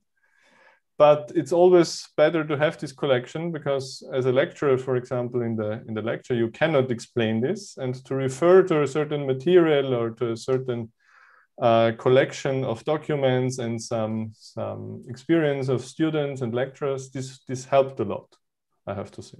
We are still collecting, being that in the last semester, of course, you found out this is working not so well, we changed this and this. And yeah, this repository is quite huge now. And to be honest, to read it from the beginning is quite a challenge for both lecturers and students. Yeah, thank you very much, Andreas, for explaining a little bit deeper. Now I look, Markus, you want to say something? Yeah, thank you very much for all your presentations. I do have a question, especially directed to students. So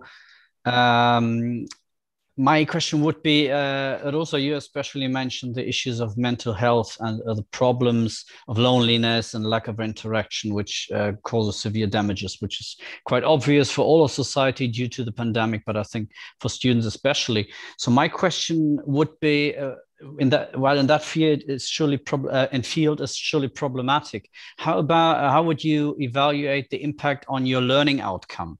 Do you think you learned less during the last year, or maybe even more? And maybe you could also try to quantify it a bit if you look at your fellow students, as far as you're in touch with them. So personally, this year I took more credits than I was supposed to. So in a way, I took more courses, but there was some struggle with motivation, which I find to be a common problem with most students, which may have hindered the progress for some students. You have to be very self-disciplined to complete all your studies at home. So for me personally, I was able to complete the more courses. Maybe my grades were in some courses slightly lower, some courses maybe the same as usual.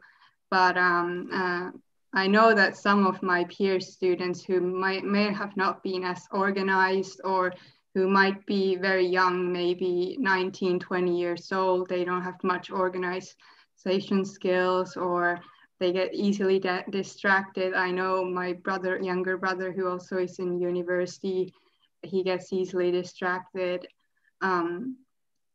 Those students might have struggled much more. Okay, yeah. Thank you. Brenda, would you add something to that as well? Yeah, sure. So same as her, I actually took more credits this year than I was supposed to. And I feel like my grades, like I said before, have actually improved. So I think that this year I've definitely studied and learned more than in previous years. So yeah, but it depends on the person. And like she said, also self-motivation and just being disciplined is very important, because being many hours in front of the computer can be very difficult. So it depends on the person, definitely. Yeah, thank you very much. Perhaps we can look again to our challenges or risks. And one of the risks you say, all of you or some of you said, was the engagement of interaction, like the students also said. What do we have to look for the next steps when we come back? What should we do to work with the lack of interaction the students had in the last terms? Do we have to reflect it? Do we have to make something special now in the next months? For example, in the next term when all of them come back? Or should we start again with a new normal semester to combine new types of lecture, but not to work with the lack of interaction they had in her life. What do you think? So that was a question to all of our panelists. Mariana, what do you think? Okay, I think the interaction should be taken into consideration as you're planning the whole program the next academic year, and then within the courses. So there has to be interaction at from a point to another, so that the course is designed so that you make sure that you have interaction points. And then again, of course, we come to the tools and is it on campus or is it somewhere else? But basically, so the whole program, so the academic year, to make sure that each year students have the interaction approximately the same amount. And then again, within a course, of course, we have some courses that are just kind of like read the book and take the exam type of courses. But then again, the other courses have to be more interactive. So kind of this way, I think there has to be the mixture and then just to the assurance on the whole academic year. Mm-hmm. Yeah, thank you very much. Okay, now I look if we have some more questions. I'm not sure in the Q&A. There is one open question, which is more or less related to the last topic, what we already talked, but I would like just to read it. As this period offered the opportunity to faculty and students to resist their relationship with administrative support personnel in general, and in what ways?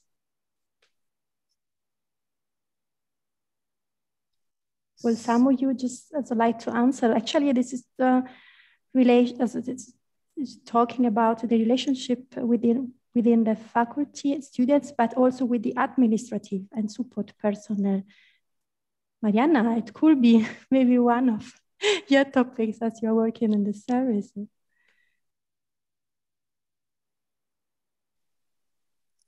Okay, I didn't quite catch up with the question. So can you once more please repeat and then I'll give you the answer?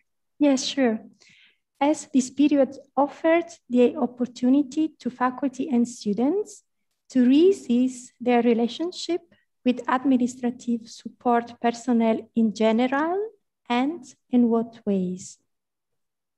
This is one of the last questions that you can find if you just have a look in the Q&A questions, at 2:45 o'clock. Okay, let's see.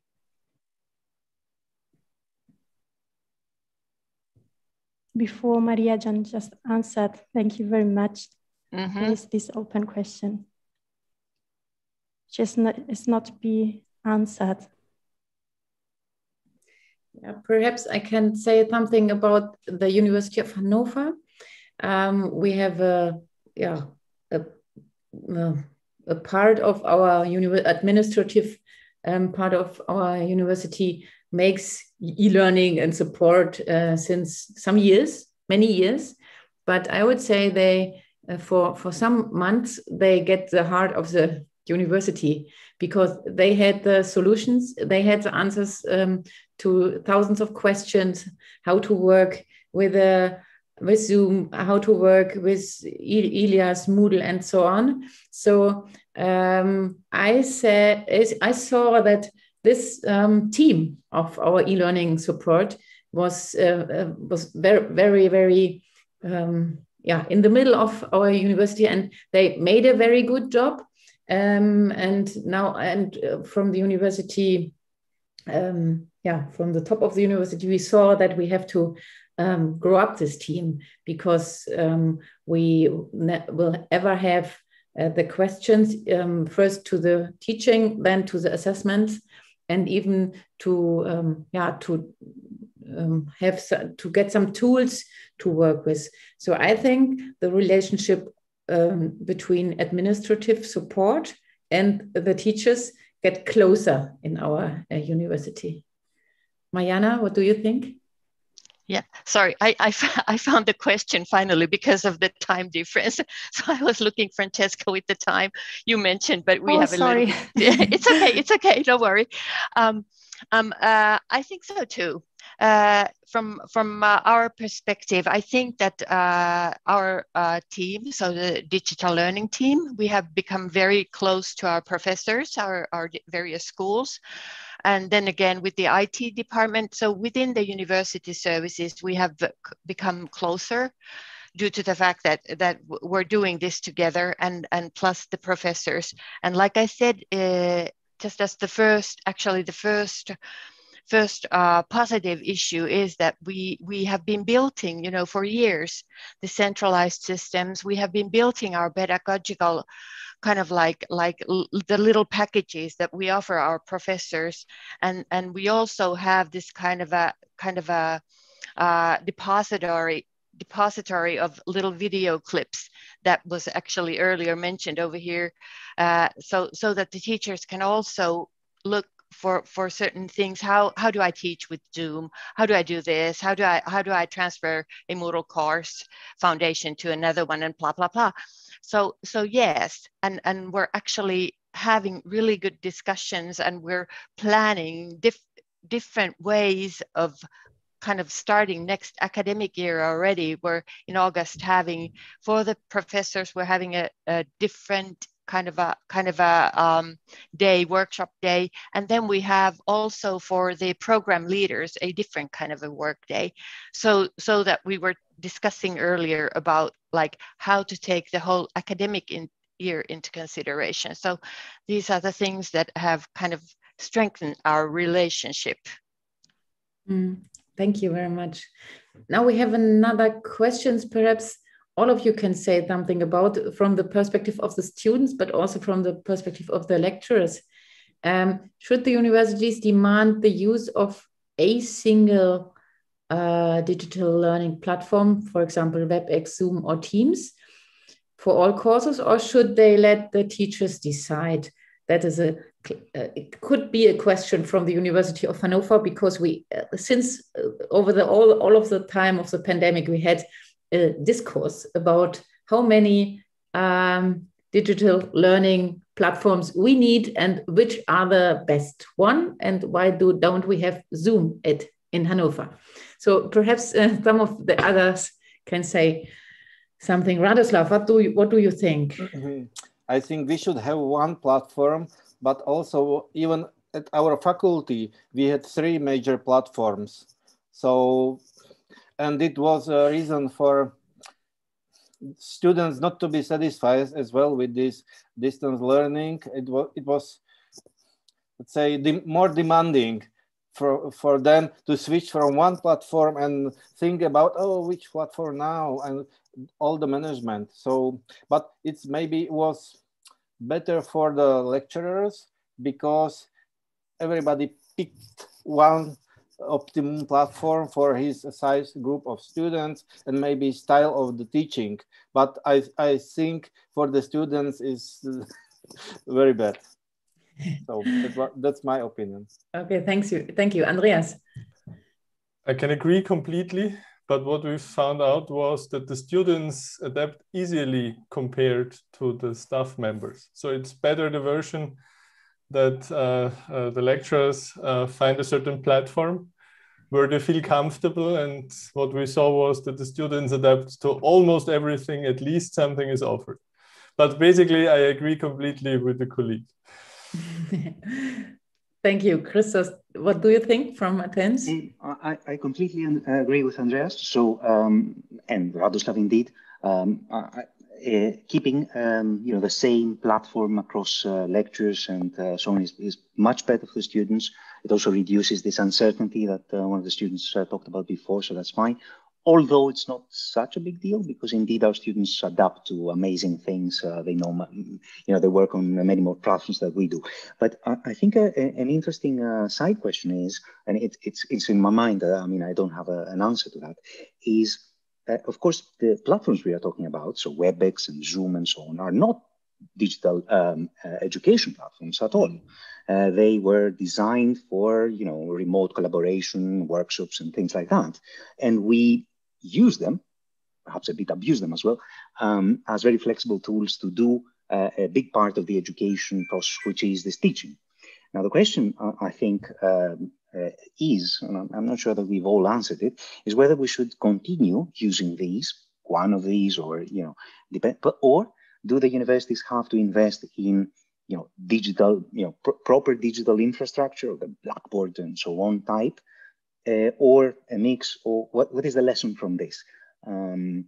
So I'll just put it as a question because I don't have an answer to this.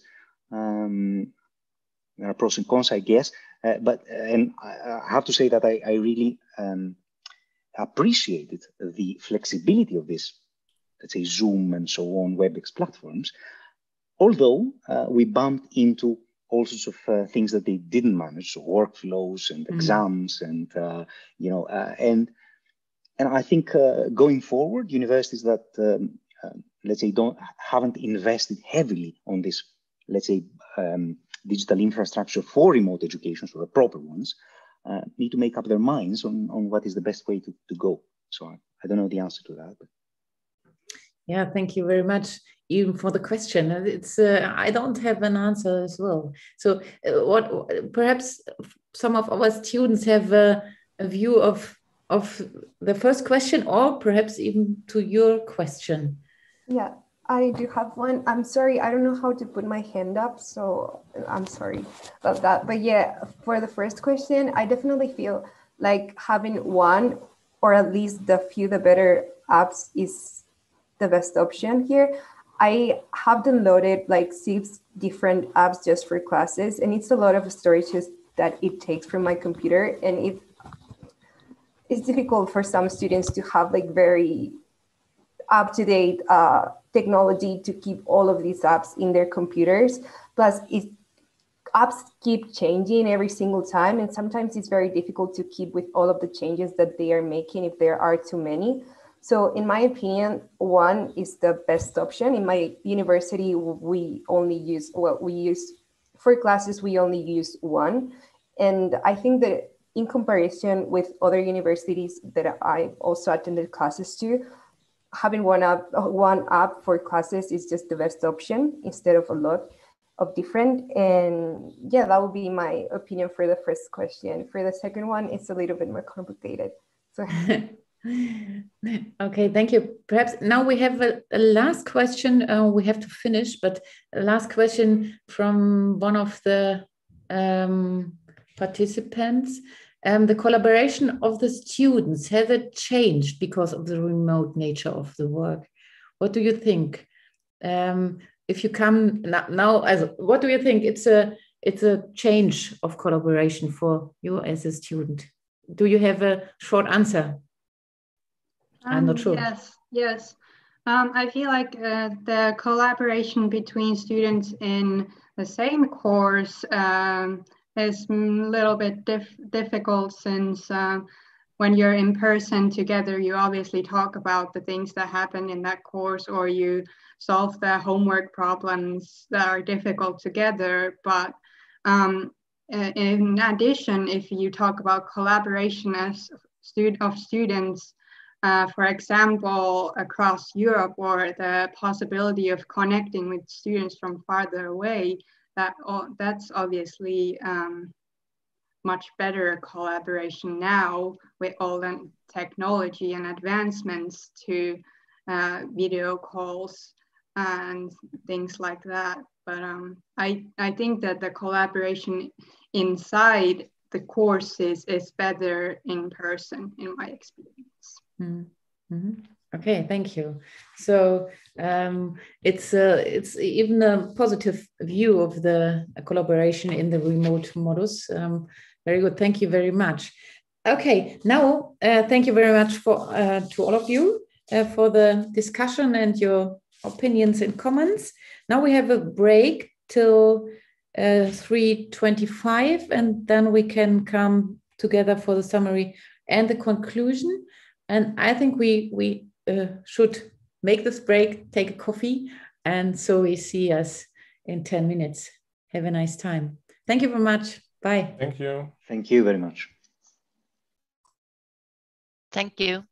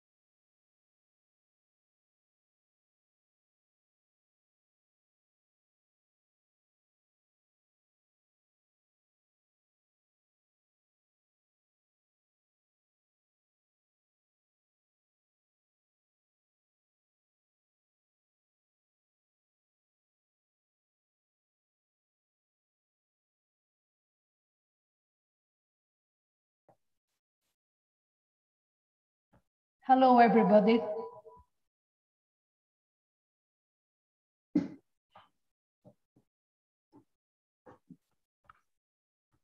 I think let's wait for 1 minute for all the panelists to return.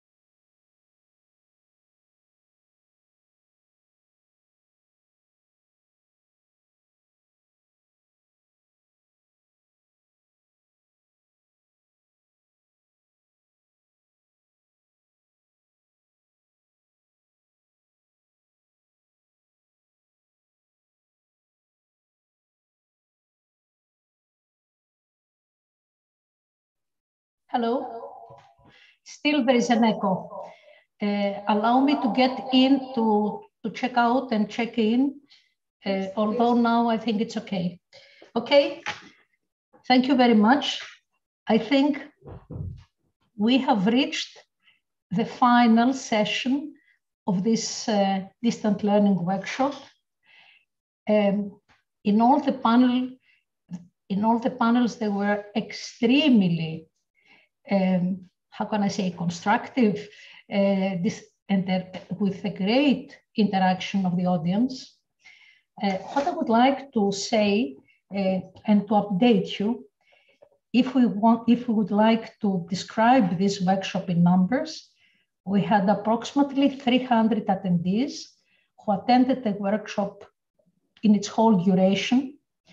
140 participants participated in the different pollings that appeared at different stages of this workshop. And we had 58 questions posed by the attendees of the audience. So these KPIs indicate that one of the objectives of this distance learning workshop to have all the attendees interact in a way it was achieved. At that section, I would like to invite the moderators of the 3 different panels to present to us the key points discussed and summarized in every and each of the 3 panels. I would like to start with Professor Julia Gillen from the Leibniz University of Hannover, who was the moderator of panel number 1. Julia, the floor is yours. Yes, thank you, Katerina. We had a very, very constructive and very, very good session. And we had some aspects we came again over and over. But first, I want to give you a short conclusion. One of the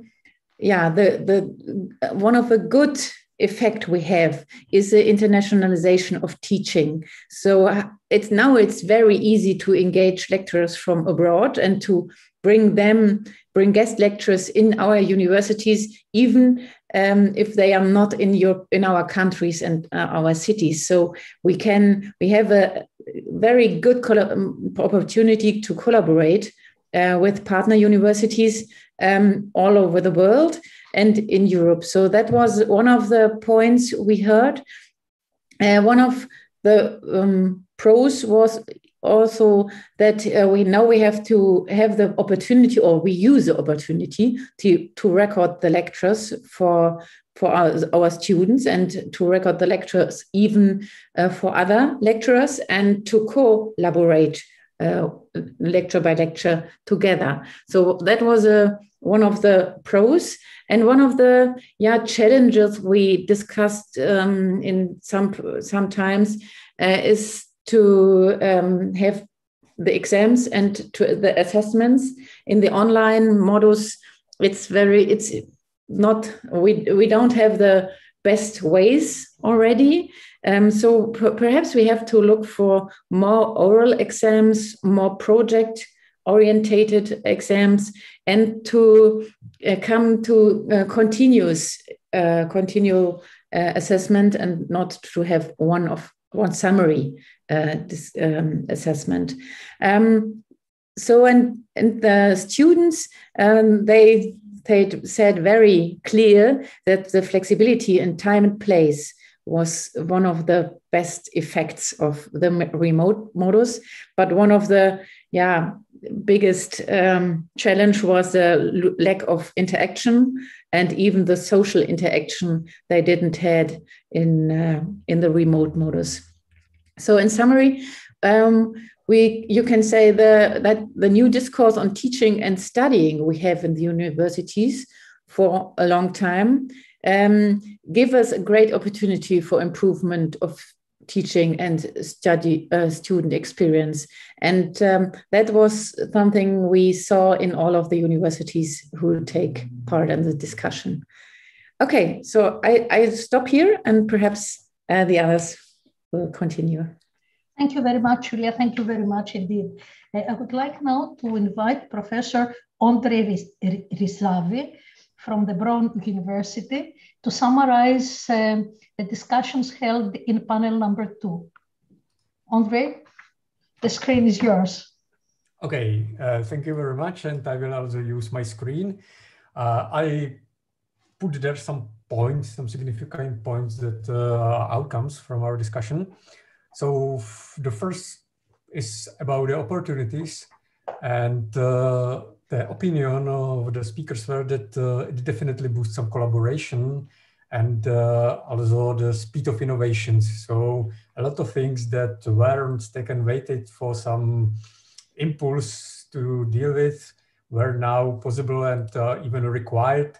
So the collaboration, the intensive collaboration between the institutions, and also boosting some kind of innovations in terms of distance learning, and also using more online platforms for communicating, doing online meetings, etc., was something that this distance learning period brings us advantage.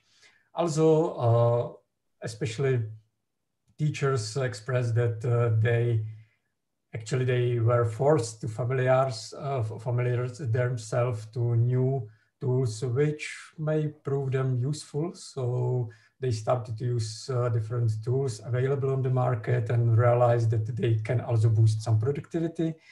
And the necessary digitalization removed some paperwork. So not everything had to be printed on the paper, and it was appeared in this distance learning period where it was not possible to print the paper, sign it, and so on. Also, more activities that were traditionally did in person were now as online activities, especially exams. So exams were traditionally considered as a thing that you need to come to the university, you are controlled by some supervisor, and you need to do exam in person. Now it was possible to do online exams, of course, in a different shape. There were also some demand for new features of distance learning tools because more people start using them. And I guess that what was the most considered or most discussed point or opinion, that it increased flexibility, because now you don't need to, or in this period, you don't have to move physically to some other location, which also takes some time. So you are more flexible. If you have online lectures, you can watch them from your home or even when you travel. So the flexibility was something that was very appreciated during this period. And with the flexibility, there was also opinion that it is possible to do more work and also to even take more classes than before, which is true, but as you will see on the next slide, this flexibility and doing more has also some drawbacks. And finally, what was very appreciated by students especially was that availability of recorded lectures. So I thought that students would appreciate some maybe other things like some more interesting and more advanced tool for delivering the content, but it appears that have access to recorded lecture to be able to replay it again in order to understand more the specific things in this lecture is something that is very appreciated by students. So that was some advantages, and this is the list of the possible risks and challenges. So definitely the social dimension, including the feeling of isolation, is the biggest problem, not only for the students, but of course for the entire society. Also, there was some opinion that even there's some innovation, so something had to be done and move and innovate, then sometimes you may feel that you lose control over this innovation and over the evolution of the environment, because you cannot see the environment, you cannot touch, you cannot be part of this environment because it's kind of virtual environment. And sometimes you may feel that this virtual environment is somehow moving from you away, and you are losing the control. Also, it includes that the entire system and entire education and distance learning at this time was less structured, and it was kind of difficult to orient. There were complications in interaction between teacher and student. Some teachers may lack necessary pedagogical skills in order to deliver the lectures online. And there may, of course, be some technological problems. On the other side, teachers may have problem with monitoring student progress to prepare some suitable tests in order to evaluate them and the things related to the student's assessment. And also the biggest problem that both teachers and students agree on was the lack of hands-on exercises or hands-on labs. So for some areas of education, or for most of them, it is necessary to also have some practical experience in a labs. So without the labs, the education was quite difficult. And students also complained that there are a lot of tools that they had to use because it usually depends on the choice of the teacher. So some of them use like Microsoft Teams, Google, or some other tools. So if you as a student need to learn all of these tools, sometimes it may be quite difficult. And also sitting and doing all lectures online are quite complicated for students to stay focused. And as I said, the one advantage of this distance learning period was increased flexibility. It is at the same time as the disadvantage or some drawback of this, because if you have too much flexibility, it may be difficult to, let's say, set deadlines or to organize your time in order to complete all things you want to do. So the flexibility is in both categories. So this is what I recorded from the discussion, and I would pass my screen to some other moderator.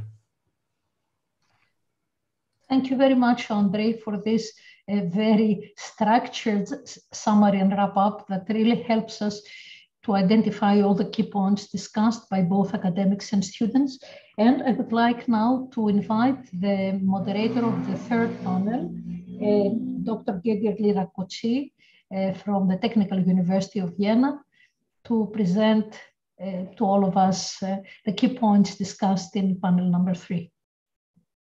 Gergely, the screen is yours. Yes, thank you very much.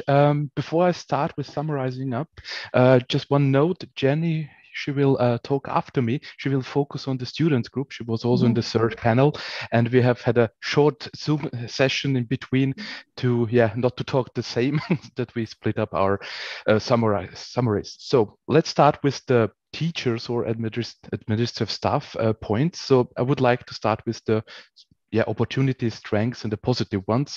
So basically, if you have, for example, large number of students, the fast response that you get as a teacher, if you apply it correctly, this is really, really good. You have real-time response, a lot of students, whether via polls or the chat comments. If you activate the students properly, you can get really fast, really good feedback. Also, the access, for example, for students, for guests is easier. So, for example, getting students from other countries included in your courses, for example, is much better. So mobility advantages are there as well. Also, accessibility is one. If you are, for example, it's not easy for you to travel, then here again you have a large benefit. And also you can take more classes, because changing between classes, as you don't need to walk between, for example, lecture halls, you can just click 3 times and you have a new Zoom session with a different course. So it's also a benefit. And one of the panelists said that it's really interesting outcome that, for example, there are some professors who are now, after this transition, are less afraid of technology, and now the digitalization boost is also better, so they won't go back, and we'll probably have a blended scenario where both worlds, the real world and the virtual world, benefit from each other. Yeah, and basically now I would like to switch to the difficulties, the challenges that we have discussed. It was an intense discussion with a lot of questions, and thank you very much for all the people and panelists and attendees. It was really, really good. The digital gap, of course, is one key issue. It was a key issue and is still remaining one. So those having less competencies in handling e-learning tools and digital tools, yeah, and it's more clearly now. It's simply one big point here. Also, basically, those who are maybe having special needs or are low income or have to deal with, for example, less infrastructure in terms of bandwidth or less room, less physical possibilities, then the new world is completely, the new normal is completely difficult. Also, keep up with work-life balance. If your office is your living room as well, I think I see a lot of head nodding. Yeah, it is a difficult thing. So sometimes the changing of rooms, going to the university, is really relieving. And one point that was a huge issue at our university as well, the examination, in terms of cheating, privacy, security aspects. It's huge, and it was really good to hear that also other universities have struggled a little bit but found some solutions that might work. Maybe we have to develop a little bit new approaches, but this is really one that it's not solved 100%. We have to work on that. And as others summarized before, the face-to-face collaboration and communication is really good. And in lots of teaching scenarios, it's still the best. In Zoom, speaking parallelly, simultaneously is not possible, and in other settings, it is possible. And this was one point. And the last thing with which I want to close is we are not allowed to forget that 1 hour online teaching for students and also for teachers is really demanding, and sometimes more demanding than in a classroom or in a physical setting. Yes, that was from my part, and then give back to you, Katrina. Thank you very, very much, Kegeli. And we would like to invite now Jenny from the university, allow me to pronounce properly, from the University of Jönköping, to provide to us the view of the students, given her role as well as a vice president of the students of her university. So Jenny, we would like very much to have the perspective of students clearly stated by you. Yes, I will give you the correct answer then. We would, from the discussions that we have had, to start with what's been good, what's the benefits. One of them is definitely the accessibility of all the different documents. And as we said before, the recorded lectures, they are of great value for the students. And in that sense, you have been a little bit forced to use more of the digital library, which then you realize how much bigger it actually is and how much more material that is accessible. we were also talking a little bit about the question, why are we studying? And to always bring that question back to ourselves. Oh, back to ourselves when we are in the school. And a little bit of a conclusion of that is what we hope is that become a better person, and to actually use what we're learning to create a better world, and to not forget about that when we are in this digital setting. Now you're making some sound. I'm sorry, Katarina. Thank you. No problem. And then, of course, we have the digital tools that can be used both on a campus and when you're in the digital learning setting, where you can do more of the course evaluations ongoingly. You can just pop up these polls and get the feedback more frequently. It doesn't have to be a hard way, and you can actually use the feedback within the course ongoingly. Then when we come to the more challenges, of course, all these social parts and informal conversations are very important for the students, and both student to student and student to teacher. Those kind of conversation has unfortunately disappeared, and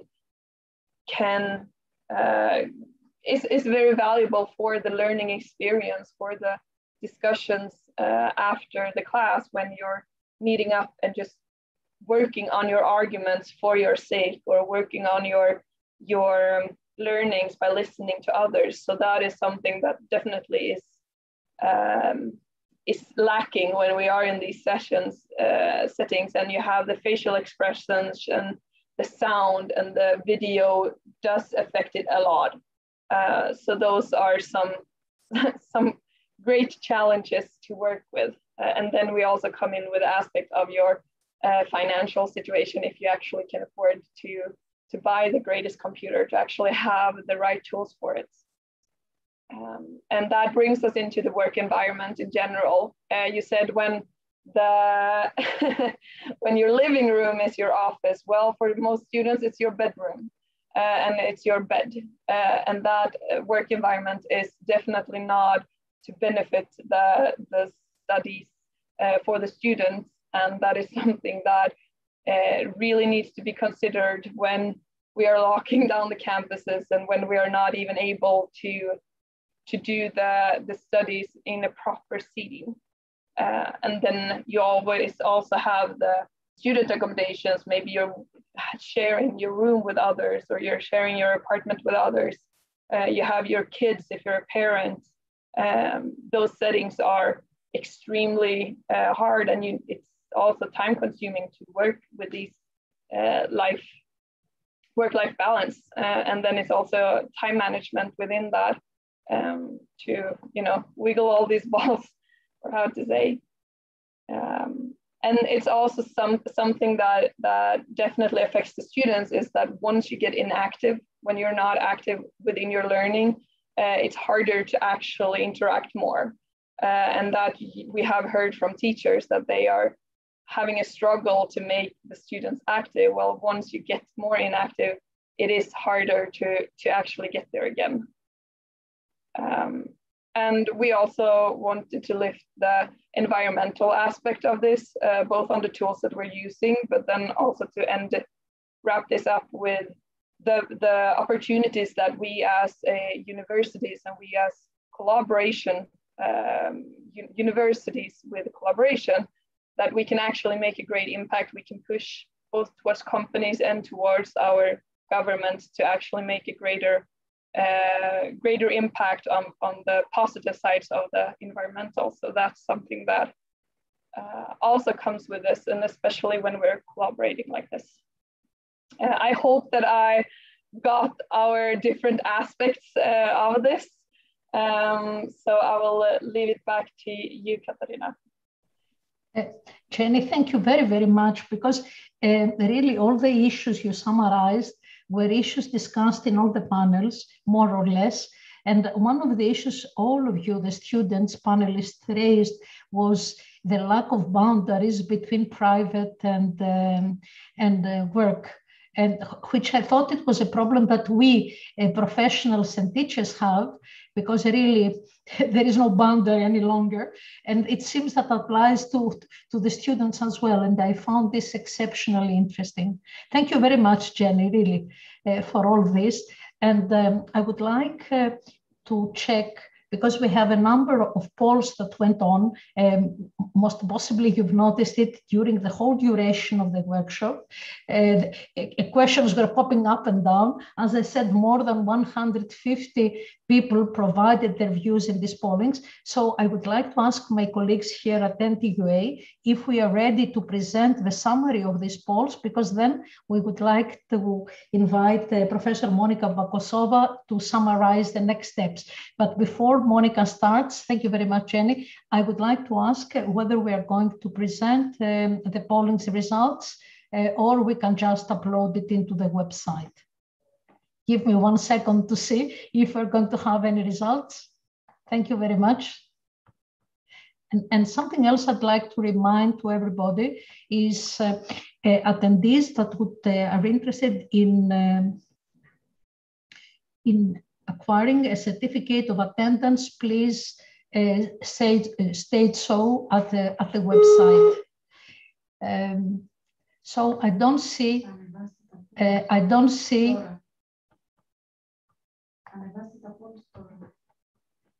Let me wait. Let's give another second to a technical. Okay, I see that there is a delay. So I would like to invite Professor Monica Bakosova from the Technology University of Bratislava to give us her views and regarding the next steps regarding distance learning. And Monica, the floor is yours. Thank you, Katerina, and thank you also for the opportunity to formulate next steps. I will try to share my screen. I hope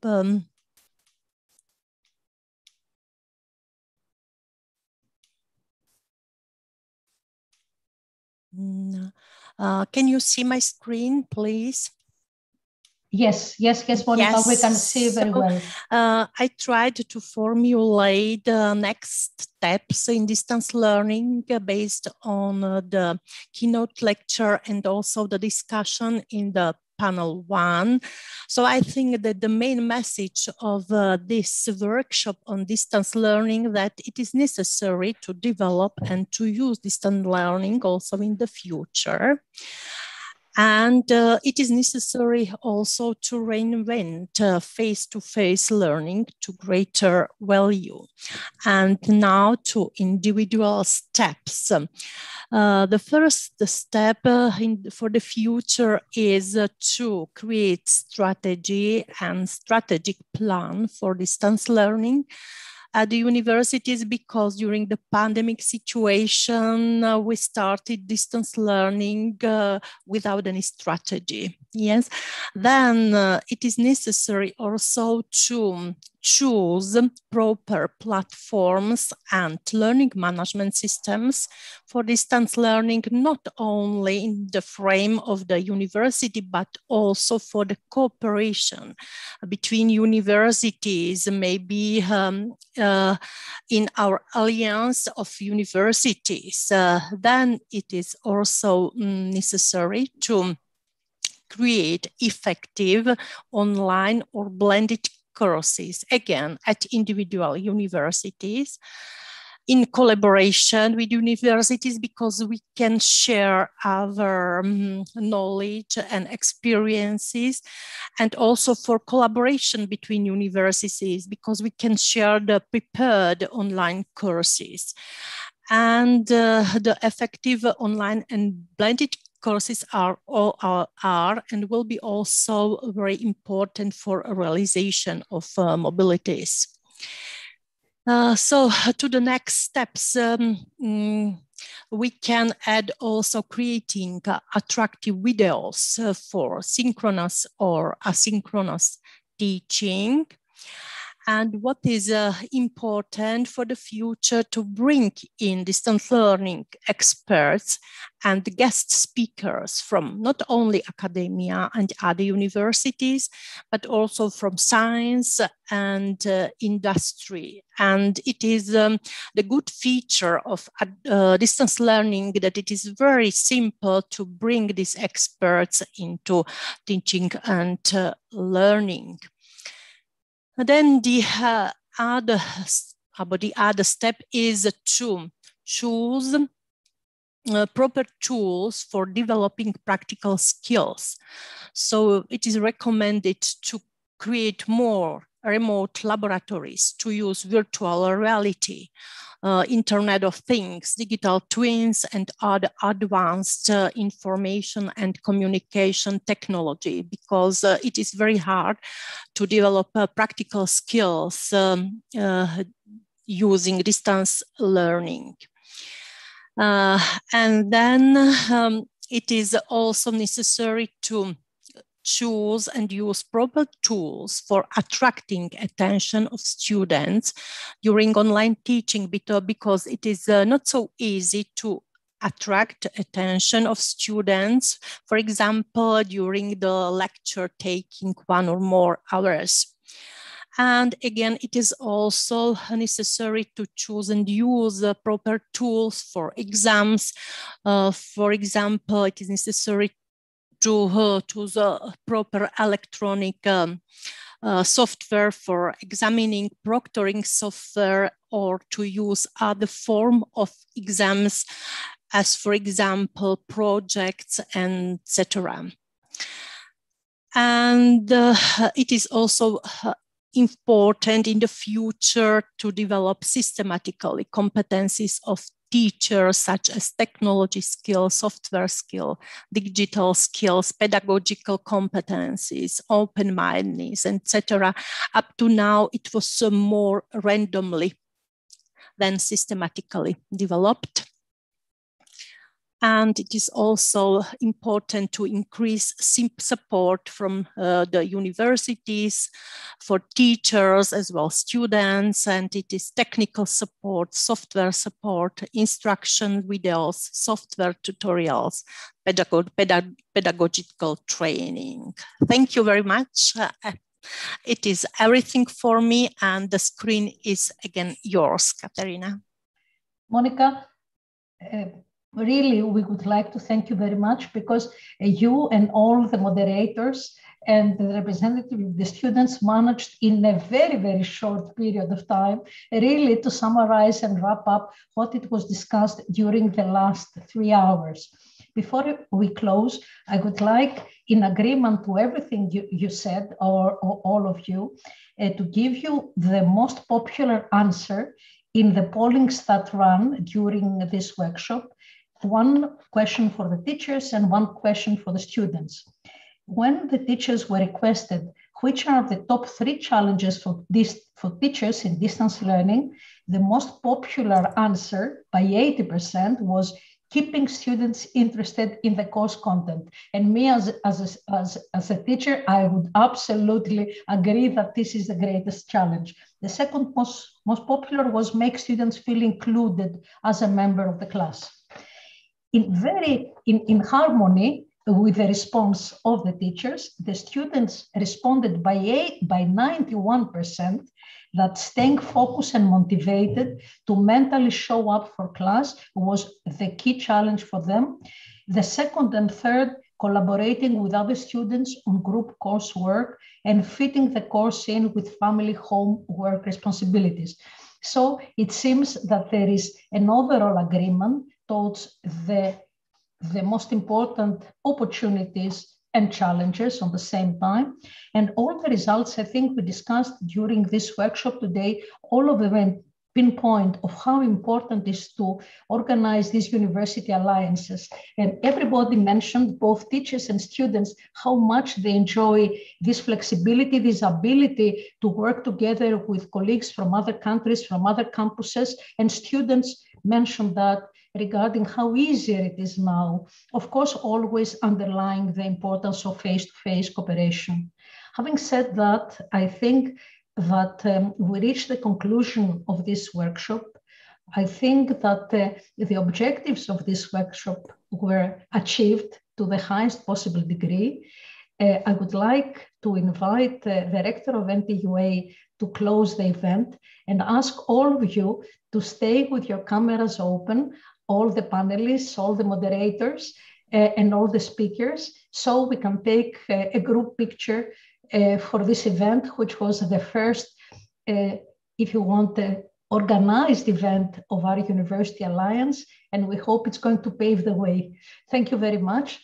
Professor Boudouvis, I would like to invite you.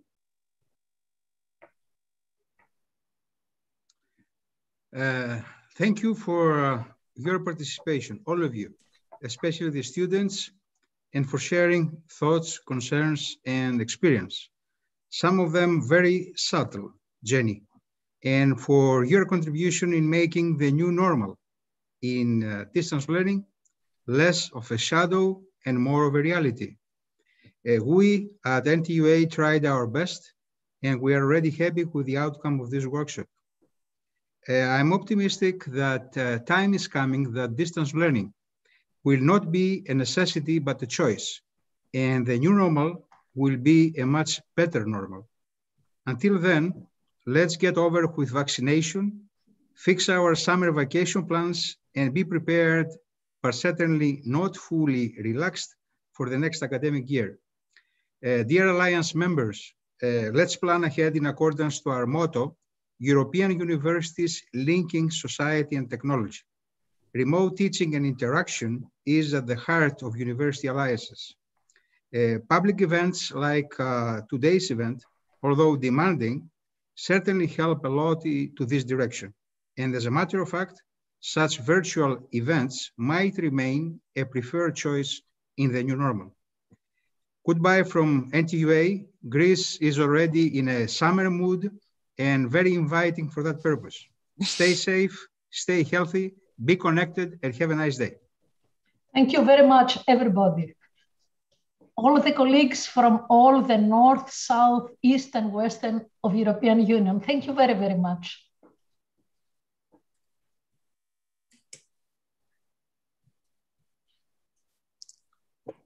It seems that nobody wants to leave this workshop. All right, here it is. Thank you very much, especially the students. You did say something about a picture, I think. Yes, yes. I think that there is a picture being taken as we speak. Already, yep. Excellent. Yes, thank you very much. Thank you. And thank you, Katerina, for sharing. The organization. Thank you, and thank the whole of NTUA team, especially all the technical team coordinated by Professor Ioanna Roussaki. We really thank you very much, all of you. Have a nice afternoon. The same to you. Bye.